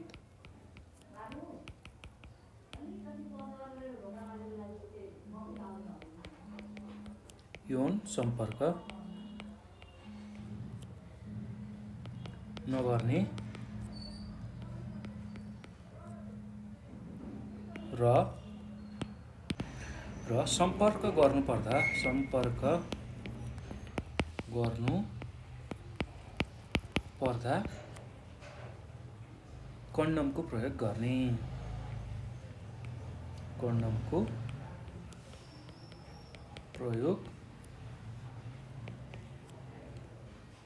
गर्ने। गर्नुपर्दछ। ल यति कुरा लेख्न सक्नुहुन्छ है त। अब त्यस्तै गरी दोस्रो बुँदामा के लेख्न सक्नुहुन्छ भने रगत परीक्षण गरेर मात्र लिने तथा दिने गर्नुपर्छ। रगत परीक्षण गरेर मात्र लिने तथा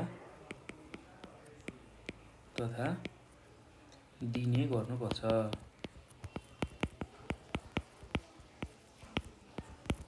ल त्यस्तै तेस्रो बुँदामा के लेख्न सक्नुहुन्छ भने निर्मलीकरण गरिएका सुई तथा औजार मात्र प्रयोग गर्नुपर्छ। निर्मलीकरण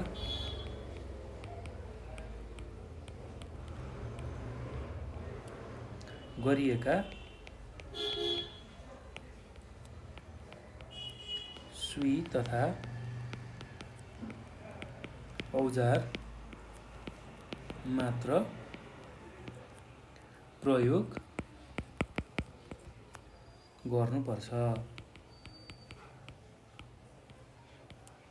ल त्यस्तै अर्को बुँदामा के लेख्न सकिन्छ भने अवैध यौन सम्पर्क जस्ता सामाजिक समस्याहरूलाई निरुत्साहित गर्नुपर्छ र साथसाथै यौन शिक्षाको माध्यमबाट चाहिँ सबैमा चेतनाको लहर फैलाउनु पर्छ।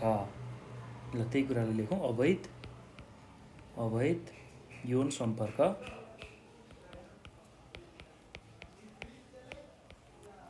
जस्ता सामाजिक समस्यालाई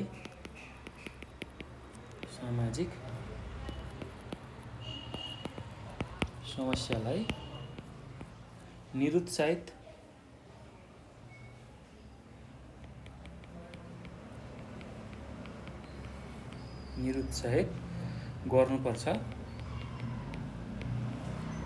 र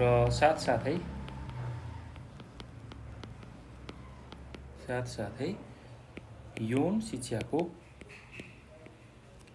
शिक्षाको माध्यमबाट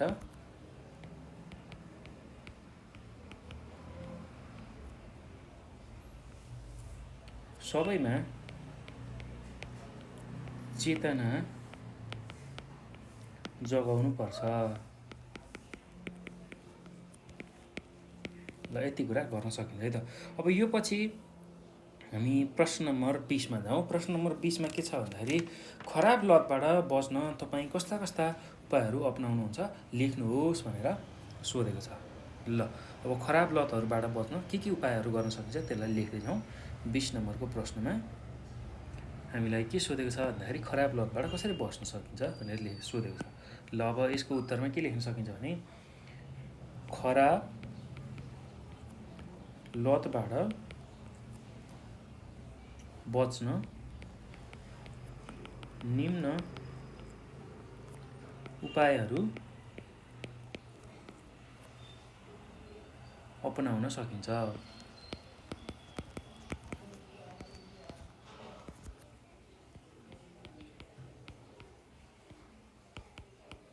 ल के गर्न सकिन्छ भन्दाखेरि पहिलो कुरामा चाहिँ खराब लतमा लागेका व्यक्ति तथा साथीहरूको सङ्गत नगर्ने, त्यही कुरालाई लेखौँ। खराब लतमा लागेका व्यक्ति तथा साथीहरूको सङ्गत नगर्ने, साथीहरूको सङ्गत नगर्ने। ल त्यस्तै दोस्रो कुरामा के लेख्न सक्नुहुन्छ भने मोबाइल, इन्टरनेट, टिभी आदिको आवश्यकताभन्दा बढी प्रयोग नगर्ने। मोबाइल, इन्टरनेट, टिभी आदिको आवश्यकताभन्दा बढी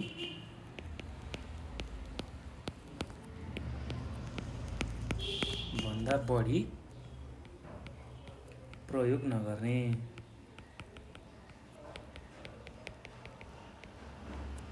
ल त्यस्तै अर्को बुर्दामा के लेख्न सकिन्छ भने खराब लतको बारेमा समाजमा बेला बेलामा चेतनामूलक कार्यक्रम गर्ने। खराब लतको बारेमा समाजमा बेला बेलामा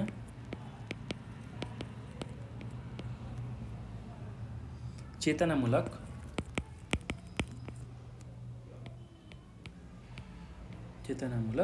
कार्यक्रम गर्ने।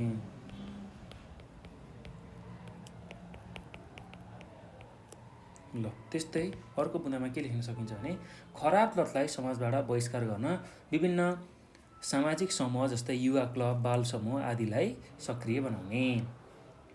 खराब लतलाई समाजबाट बहिष्कार गर्न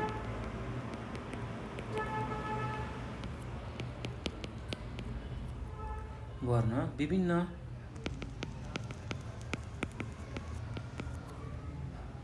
सामाजिक समूह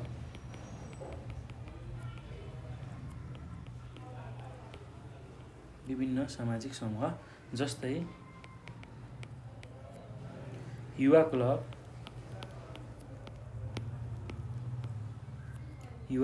बाल समूह, महिला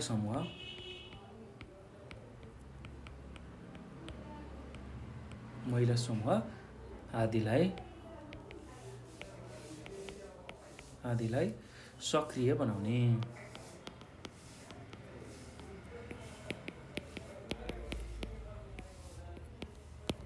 ल यति कुरा तपाईहरुले लेख्न सक्नुहुन्छ है त। अब यो पछि हामी 20 नम्बरकै अर्को अथवा अरूवाला प्रश्नमा हेरौँ। यसमा के छ भन्दाखेरि मोबाइल फोन र इन्टरनेटको किन उचित रूपमा मात्र प्रयोग गर्नुपर्छ प्रश्न पार्नुहोस् भनेर प्रश्न सोधेको छ। मोबाइल फोन र इन्टरनेटको चाहिँ किन उचित मात्रामा प्रयोग गर्नुपर्छ प्रश्न पार्नुहोस् भनेर प्रश्नले सोधेको छ। ल अब यसको उत्तरमा के लेख्न सकिन्छ भने यसको उत्तर म भन्छु, तपाईहरुले ध्यानपूर्वक सुन्नु होला।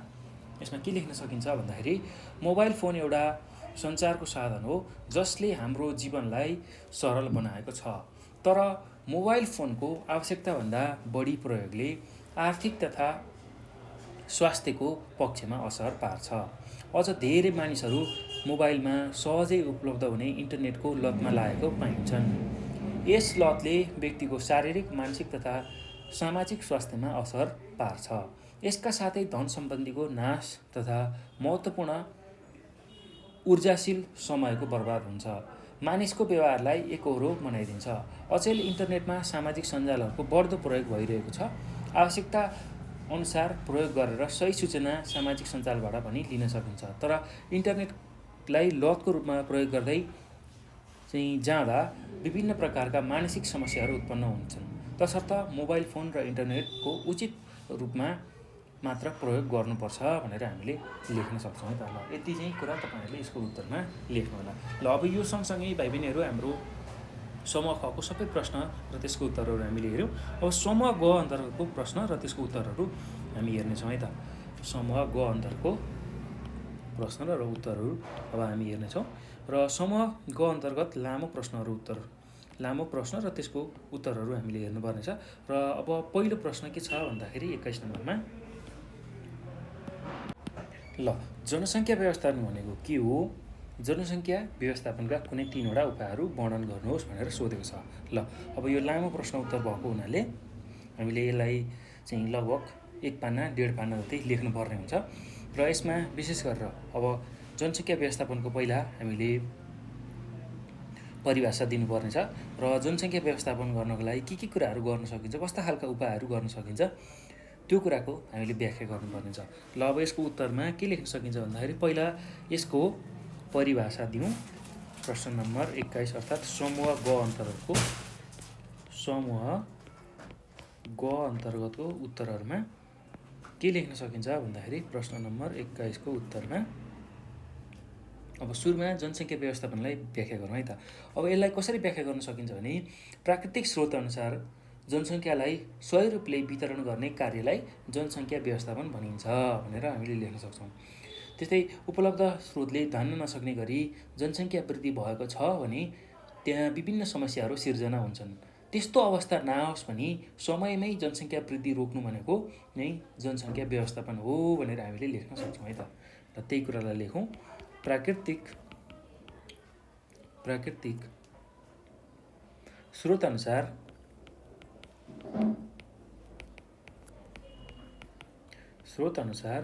जनसङ्ख्यालाई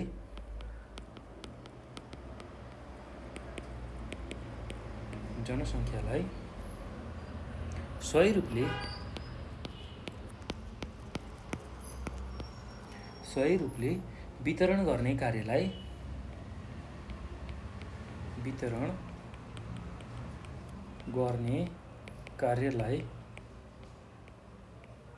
वितरण गर्ने कार्यलाई जनसङ्ख्या व्यवस्थापन भनिन्छ। जनसङ्ख्या व्यवस्थापन भनिन्छ। ल यो कुरा हामीले लेख्नु पर्यो। त्यस्तै गरेर अब यसमा अझै कुरा के थप्न सकिन्छ भने उपलब्ध स्रोतलाई धान्न नसक्ने गरी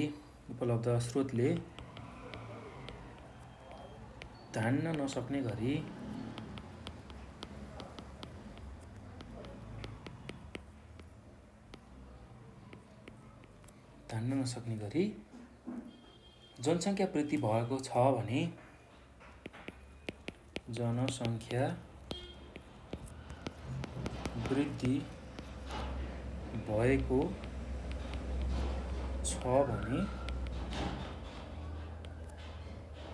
त्यहाँ विभिन्न समस्या सिर्जना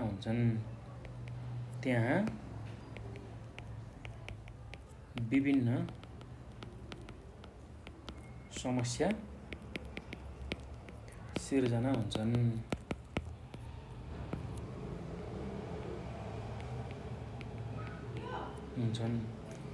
त्यस्तो अवस्था नआओस् भनी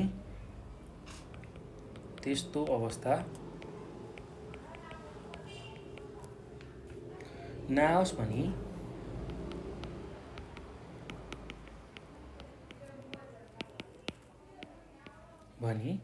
समयमै जनसङ्ख्या वृद्धि रोक्नु, समयमै जनसङ्ख्या वृद्धि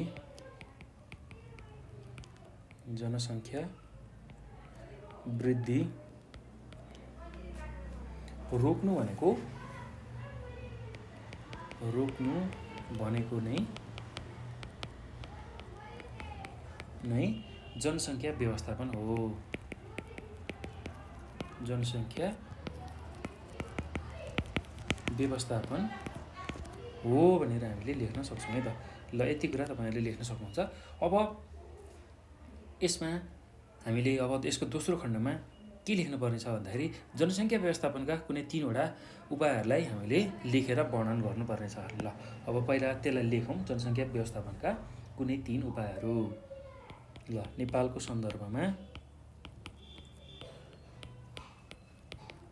सन्दर्भमा जनसङ्ख्या वृद्धि अथवा जनसङ्ख्या व्यवस्थापनमा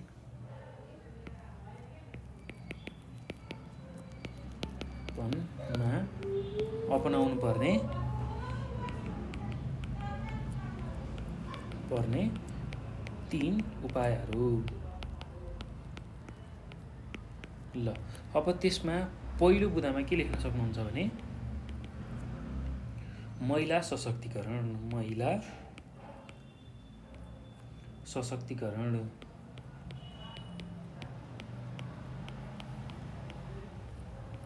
त्यस्तै दोस्रो बुँदामा के लेख्न सक्नुहुन्छ भने गर्भनिरोधका उपायहरू।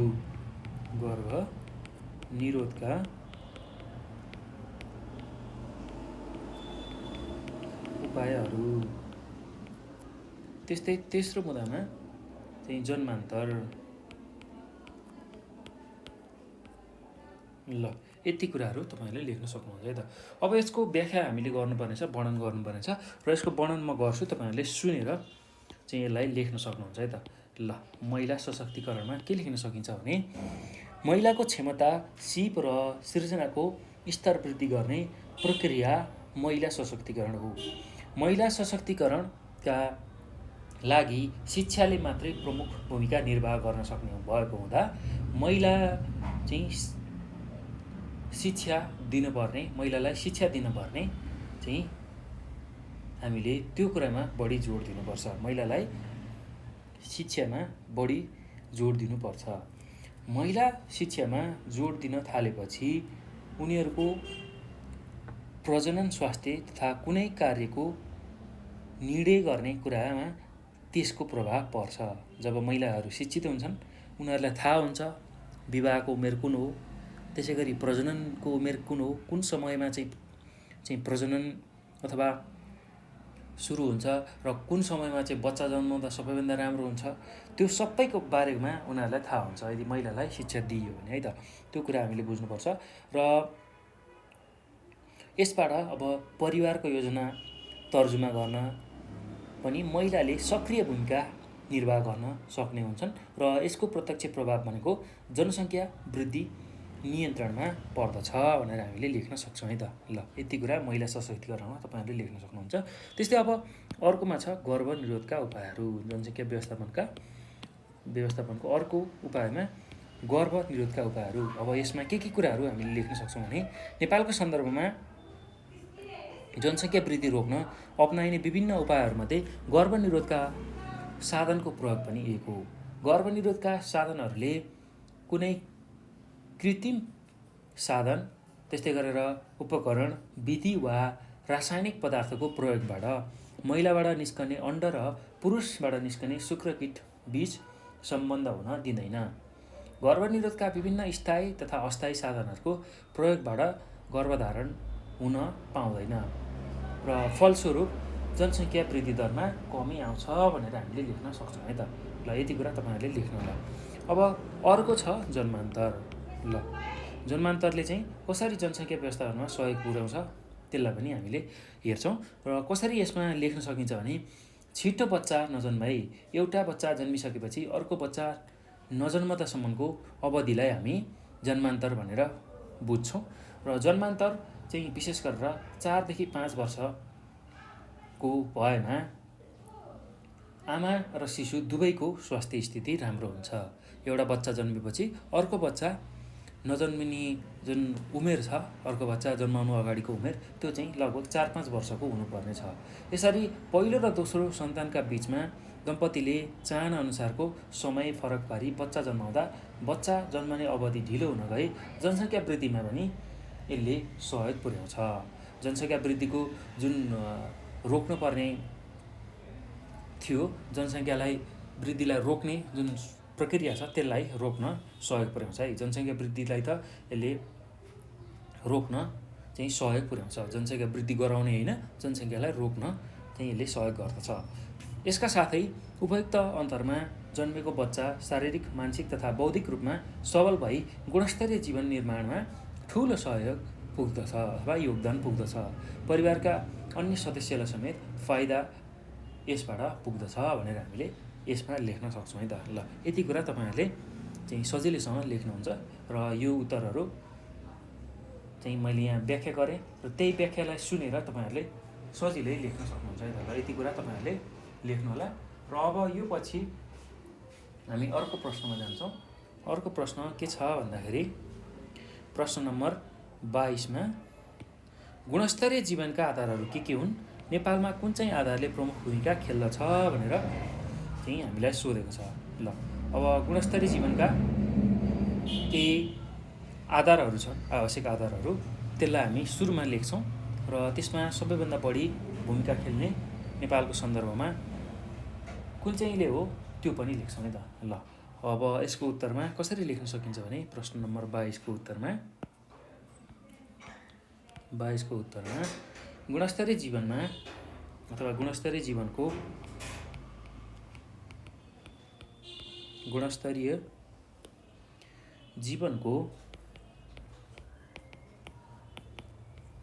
मापनका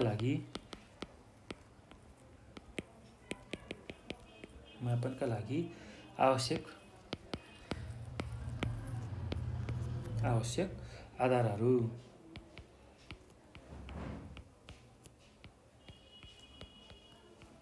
ल, अब यसमा के कुराहरू लेख्न सकिन्छ भने पहिलो छ आधारभूत आवश्यकताहरू।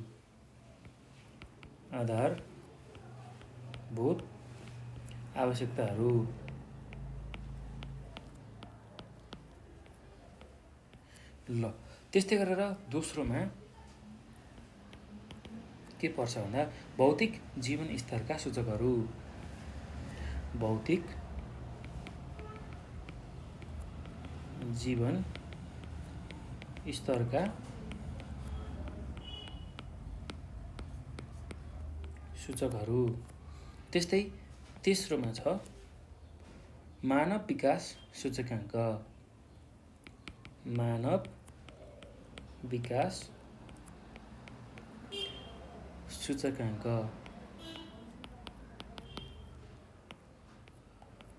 ल, यति कुराहरू तपाईँहरूले लेख्न सक्नुहुन्छ है त। अब यसमा पनि जुन आधारभूत आवश्यकताहरू छ त्यसमा के कुराहरू पर्छन् त्यसलाई पनि हामी लेख्दै जाउँ है त। आधारभूत आवश्यकतामा के कुराहरू पर्छन् त्यो कुरा पनि हामी लेख्दै जाउँ। ल, आधारभूत आवश्यकताभित्र के कुराहरू पर्छ भन्दाखेरि खाद्यान्न,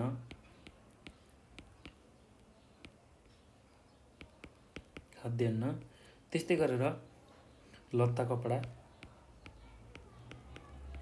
त्यसै गरेर आवास, त्यस्तै गरेर स्वास्थ्य, त्यसै गरेर शिक्षा, त्यस्तै गरेर सुरक्षा, त्यस्तै गरेर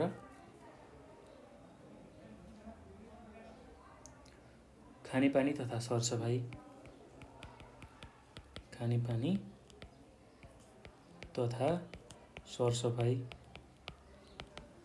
र अर्को भनेको यौन सम्बन्धी उचित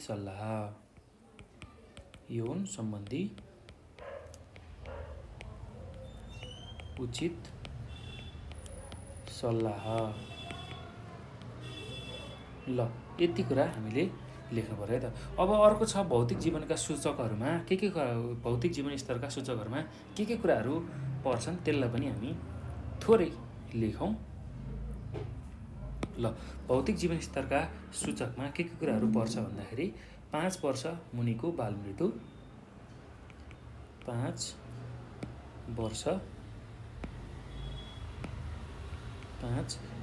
वर्ष मुनिको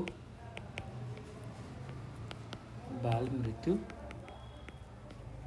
त्यस्तै गरेर अर्कोमा औसत आयु,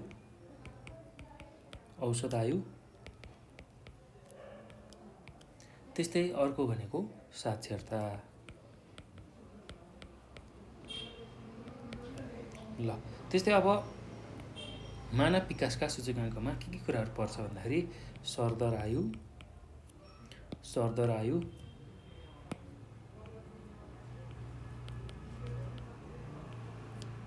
त्यस्तै अर्को के पर्छ भन्दाखेरि शिक्षा,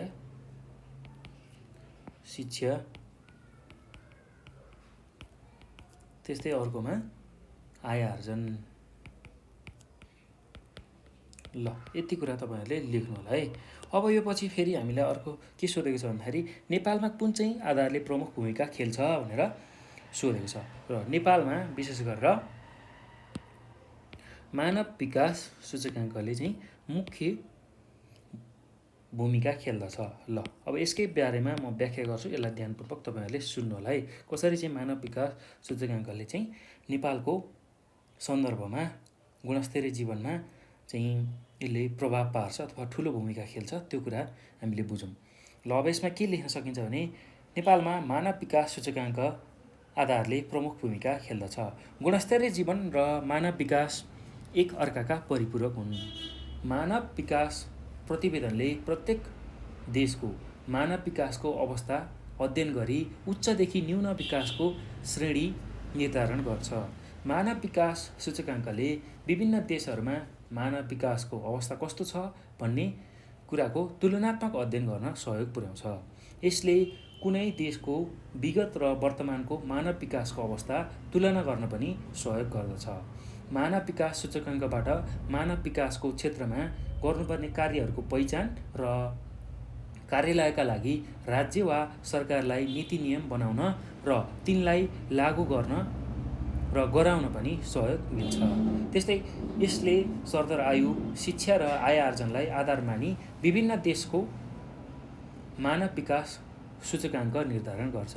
यी सरदर आयु, शिक्षा र आय आर्जनका आधारहरू नेपालको लागि सजिलै लिन सकिन्छ। त्यसैले मानव विकास सूचकाङ्कको आधारले नेपालमा प्रमुख भूमिका खेल्दछ भनेर हामीले लेख्न सक्छौँ है त। ल यति कुरा चाहिँ तपाईँहरूले यसको उत्तरमा बाँकी रहेको उत्तरमा लेख्न सक्नुहुन्छ है दोस्रो खण्डमा। ल अब यो पछि हामी अर्को प्रश्नमा जाउँ। अर्को प्रश्न के छ भन्दाखेरि प्रश्न नम्बर 23मा नेपालमा सञ्चालित स्वास्थ्य सेवाहरू लेखी कुनै दुई बीच तुलनात्मक वर्णन गर्नुहोस् भनेर सोधेको छ। ल एकदम सजिलो छ, त्यस्तो गाह्रो केही पनि छैन।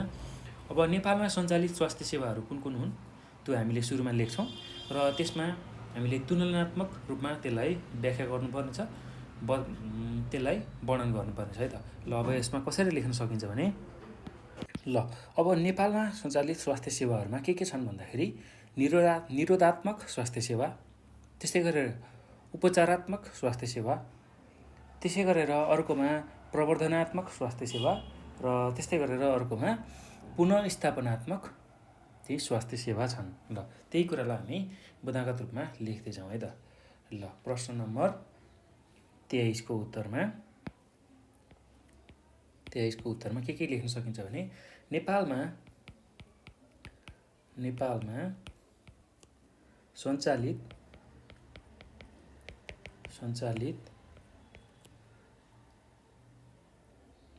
स्वास्थ्य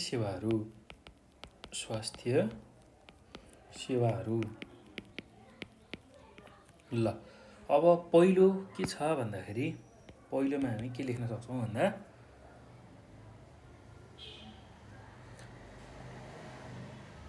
प्रवर्धनात्मक अथवा पुनस्थात्मक जुनसुकै लेख्दा पनि हुन्छ है। मैले चाहिँ निरोधात्मकबाट सुरु गरेँ, निरोधात्मक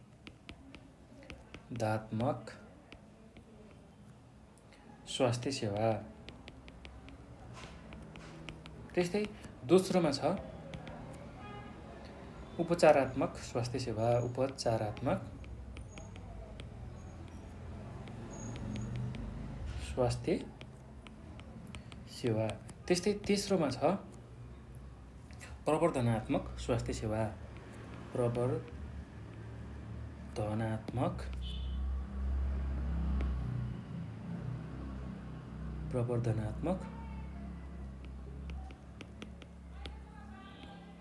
स्वास्थ्य सेवा। त्यस्तै अर्कोमा छ पुनःस्थापनात्मक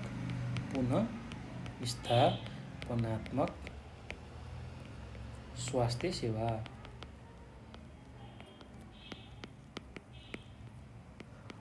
ल यति कुरा तपाईहरुले लेख्न सक्नुहुन्छ है त। अब विशेष गरेर हामीले दोस्रो खण्डमा के सोधेको छ भन्दाखेरि यो स्वास्थ्य सेवाहरूमा कुनै दुईटाको चाहिँ हामीले तुलना गर्नुपर्नेछ, र त्यसमा म अहिले निरोधात्मक स्वास्थ्य सेवा र उपचारात्मक स्वास्थ्य सेवा यो दुईटाको बारेमा तपाईहरुलाई बताउँछु है त। निरोधात्मक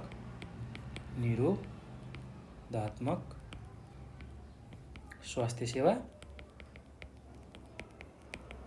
एकातिर र अर्कोतिर उपचारात्मक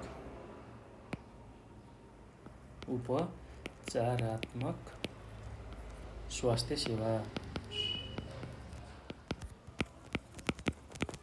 ल अब यसको हामीले तुलना गर्नुपर्नेछ।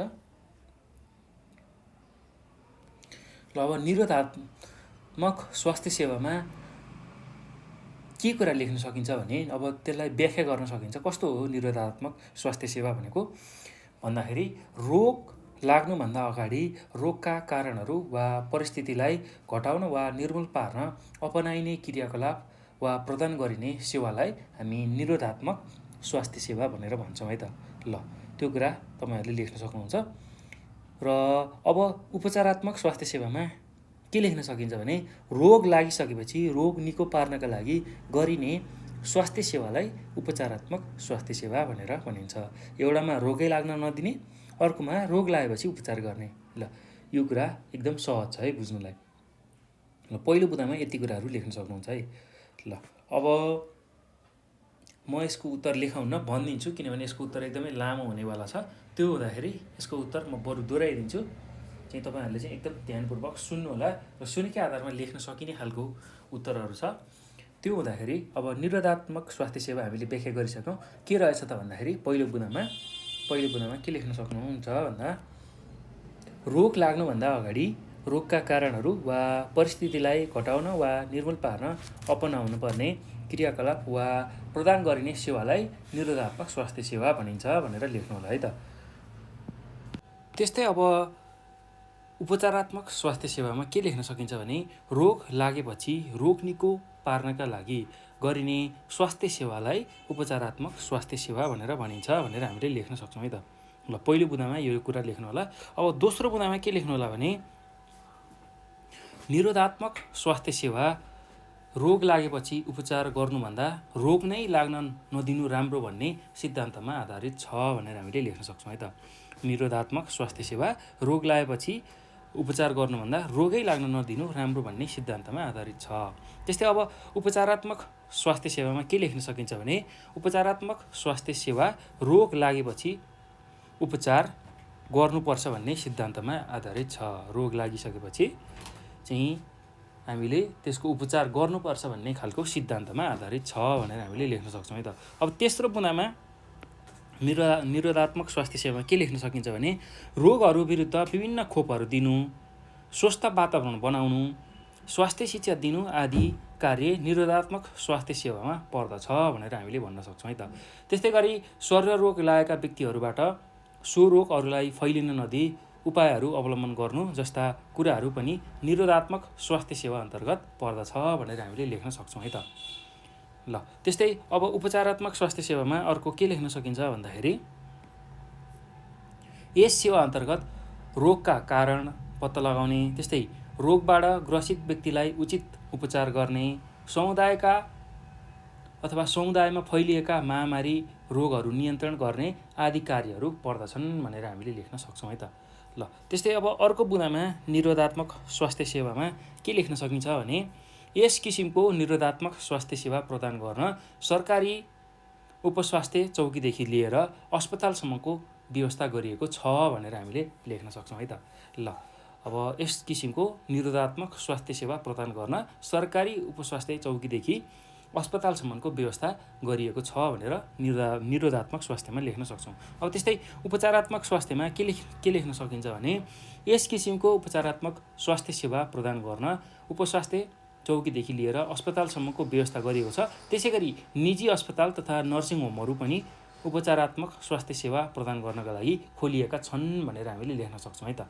ल अब उपचारात्मक स्वास्थ्य सेवामा के लेख्न सकियो भन्दाखेरि यस किसिमको उपचारात्मक स्वास्थ्य सेवा प्रदान गर्न उपस्वास्थ्य चौकीदेखि लिएर अस्पतालसम्मको व्यवस्था गरिएको छ भनेर हामीले लेख्न सक्छौँ। त्यस्तै गरी निजी अस्पताल तथा नर्सिङ होमहरू पनि उपचारात्मक स्वास्थ्य सेवा प्रदान गर्नका लागि खोलिएका छन् भनेर हामीले लेख्न सक्छौँ है त।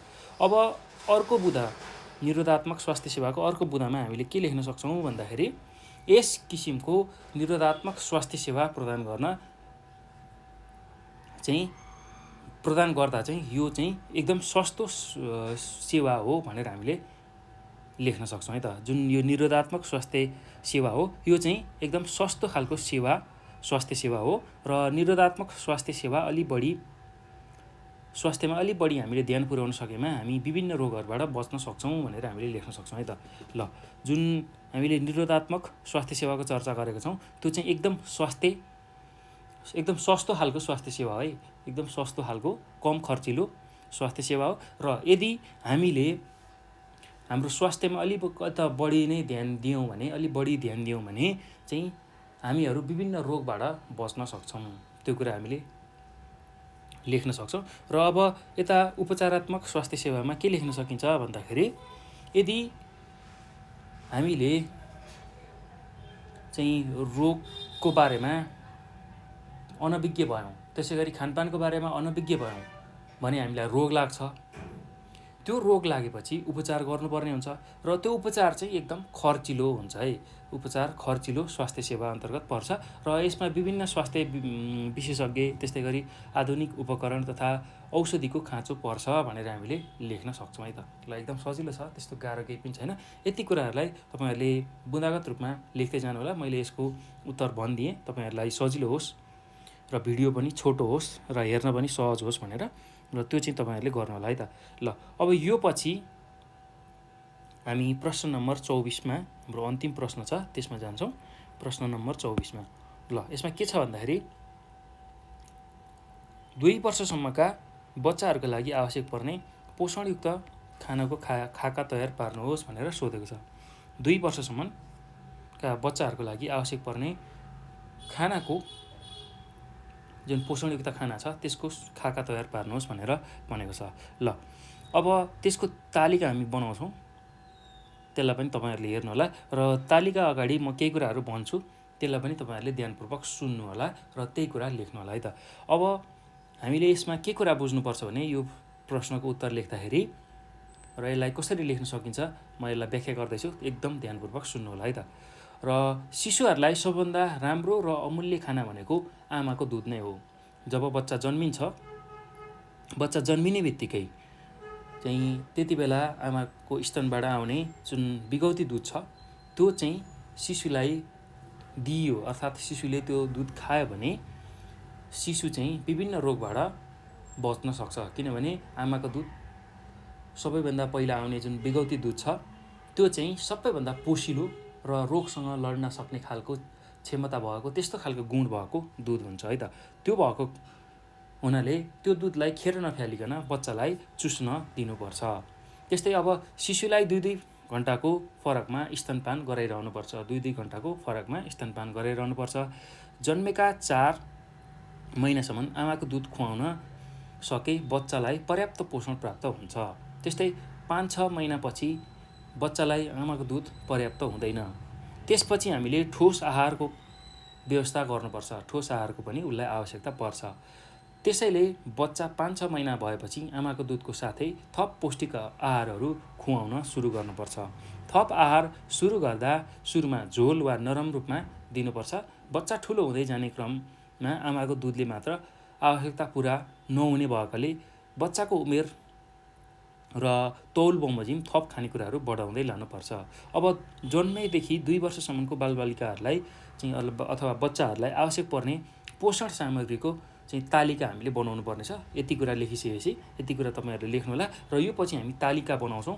तालिका चाहिँ म तपाईँहरूलाई बनाएर देखाउँछु के कुराहरू खुवाउने जन्मेदेखि 2 वर्षसम्मभित्र, त्यो कुराहरू म यहाँ लेख्दै जान्छु। यसलाई तपाईँहरूले हेर्नु होला है त।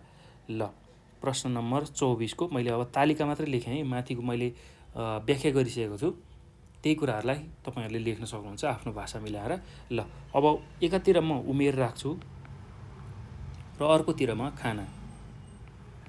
ल, के कुराहरू खुवाउने त्यो कुराहरू लेख्छु है त। ल, अब सुरुमा 6 महिनासम्म, जन्मेदेखि 6 महिनासम्मको उमेर। ल, यसलाई एकातिर राखेँ मैले उमेरलाई।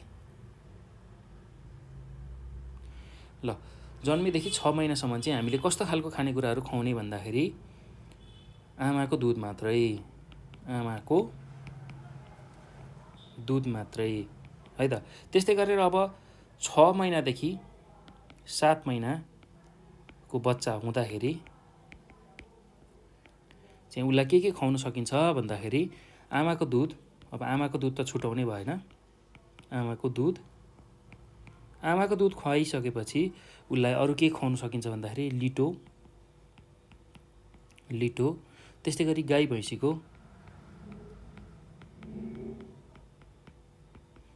भैँसीको दुध, यसको साथै मिचेको तरकारी, एकदम नरम बनाएको मिचेको तरकारीको रस खुवाउन सकिन्छ है त। तरकारी अथवा रस खुवाउन सकिन्छ ठोस कुराहरूमा। ल, आमाको दुध, लिटो, गाई भैँसीको दुध, मिचेको तरकारी। ल, यति कुरा 6 देखि 7 महिनाको बिचमा हामीले खुवाउन सक्छौँ है बच्चाहरूलाई। अब त्यसपछि 7 देखि 9 महिनामा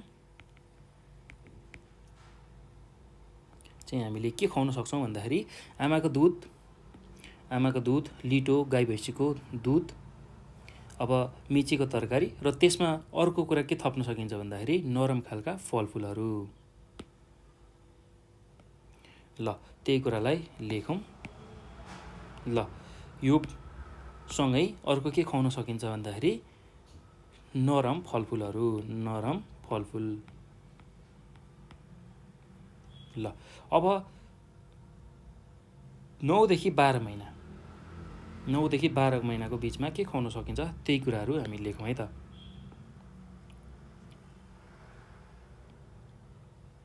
9 देखि 12 महिनामा 9 देखि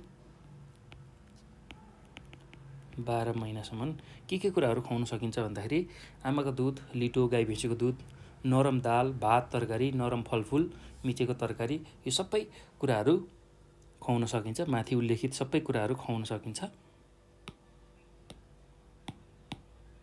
ल, अब यसमा अझै के कुराहरू थप्न सकिन्छ भन्दाखेरि नरम दाल,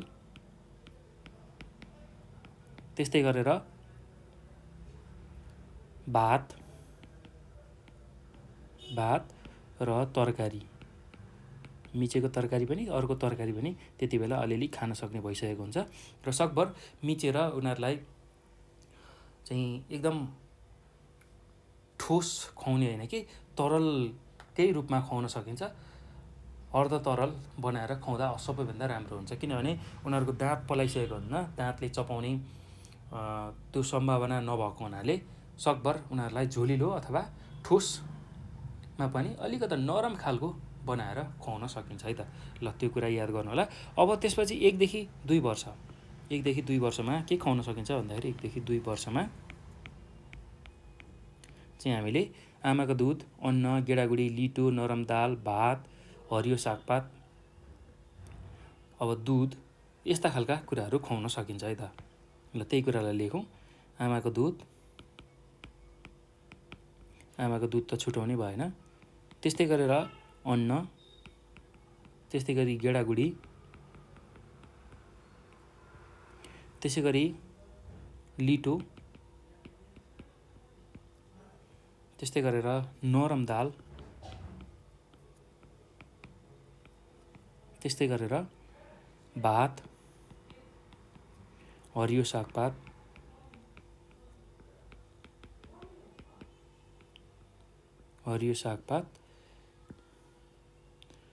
दुध आदि हो। यस्तो खालको खानेकुराहरू खुवाउन सकिन्छ है त।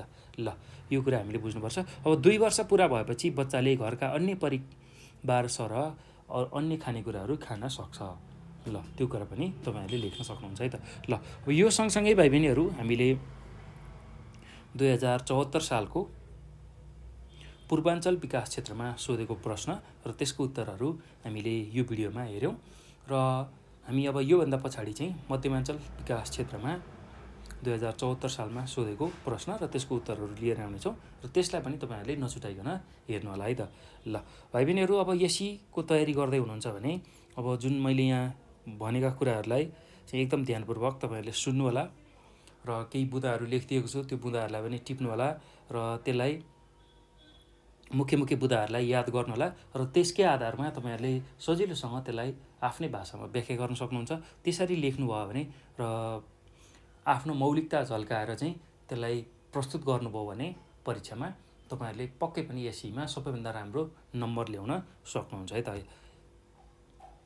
इपिएचमा अर्थात् स्वास्थ्य, जनसङ्ख्या तथा वातावरण शिक्षामा। ल यति कुरा तपाईँहरूले ख्याल गर्नु होला र त्यही अनुसार आफ्नो एसईको तयारी गर्नु होला र साथसाथै तपाईँहरूले अब यो भिडियो हेर्दाखेरि धेरै कुराहरू बुझिसक्नु भएको छ। यदि केही कुराहरू तपाईँहरूलाई कन्फ्युजन लाग्यो, बुझ्न गाह्रो भयो भने तपाईँहरूले हामीलाई 9849595895 यो नम्बरमा कल गरेर आफ्नो जिज्ञासा समस्याहरू राख्न सक्नुहुन्छ। त्यस्तै गरी यही नम्बरमा भाइबर अथवा वाट्सएपमा पनि हामीलाई आफ्नो जिज्ञासा राख्न सक्नुहुन्छ मेसेजको मार्फत अथवा कल गरेर र हामी त्यसको चाहिँ उचित समाधान लिएर आउँछौँ तपाईँहरूको लागि। र साथसाथै यो भिडियो हेरिसकेपछि भाइ बहिनीहरू तपाईँहरूले आफ्नो साथीहरूलाई, एसई दिने साथीहरूलाई यसको बारेमा जानकारी दिनुहोला, सेयर गर्नुहोला सकेसम्म र हाम्रो नेपाल अनलाइन स्कुलको फेसबुक त्यसै गरी टिकटकलाई पनि फलो गर्नुहोला र त्यसमा पनि आफ्नो जिज्ञासा समस्याहरू राख्न सक्नुहुन्छ र नेपाल अनलाइन स्कुलको युट्युब च्यानललाई सब्सक्राइब गर्न नभुल्नुहोला र नजिकै रहेको बेल आइकन पनि दबाउनु भयो भने तपाईँहरूले हामीले अपलोड गर्ने भिडियोहरू जुन छ त्यो सजिलै हेर्न पाउनुहुन्छ र तपाईँहरूलाई नोटिफिकेसन आउँछ। हामीले अपलोड गर्ने बित्तिकै तपाईँहरूले त्यसलाई हेरेर चाहिँ आफूले पढ्न चाहेका कुराहरू सजिलै पढ्न सक्नुहुन्छ है त। ल त्यसैले नेपाल अनलाइन स्कुलको युट्युब च्यानललाई सब्सक्राइब गर्नुहोला र अन्य सबै भिडियोहरू जुन एसईको तयारीको लागि हामीले बनाएको छौँ त्यो सबै भिडियोहरू हेरेर आफ्नो एसईको तयारी राम्रो गर्नु होला है त। ल यति भन्दै म यो भिडियोबाट बिदा हुन्छु। भाइ बहिनीहरू तपाईँहरूले एसईको तयारी एकदम मजबुतीका साथ गर्नु होला र यो भिडियोलाई सकेसम्म साथीहरूलाई सेयर गर्नु होला र यो भिडियो हेर्नुभएकोमा यहाँहरूलाई धेरै धेरै धन्यवाद।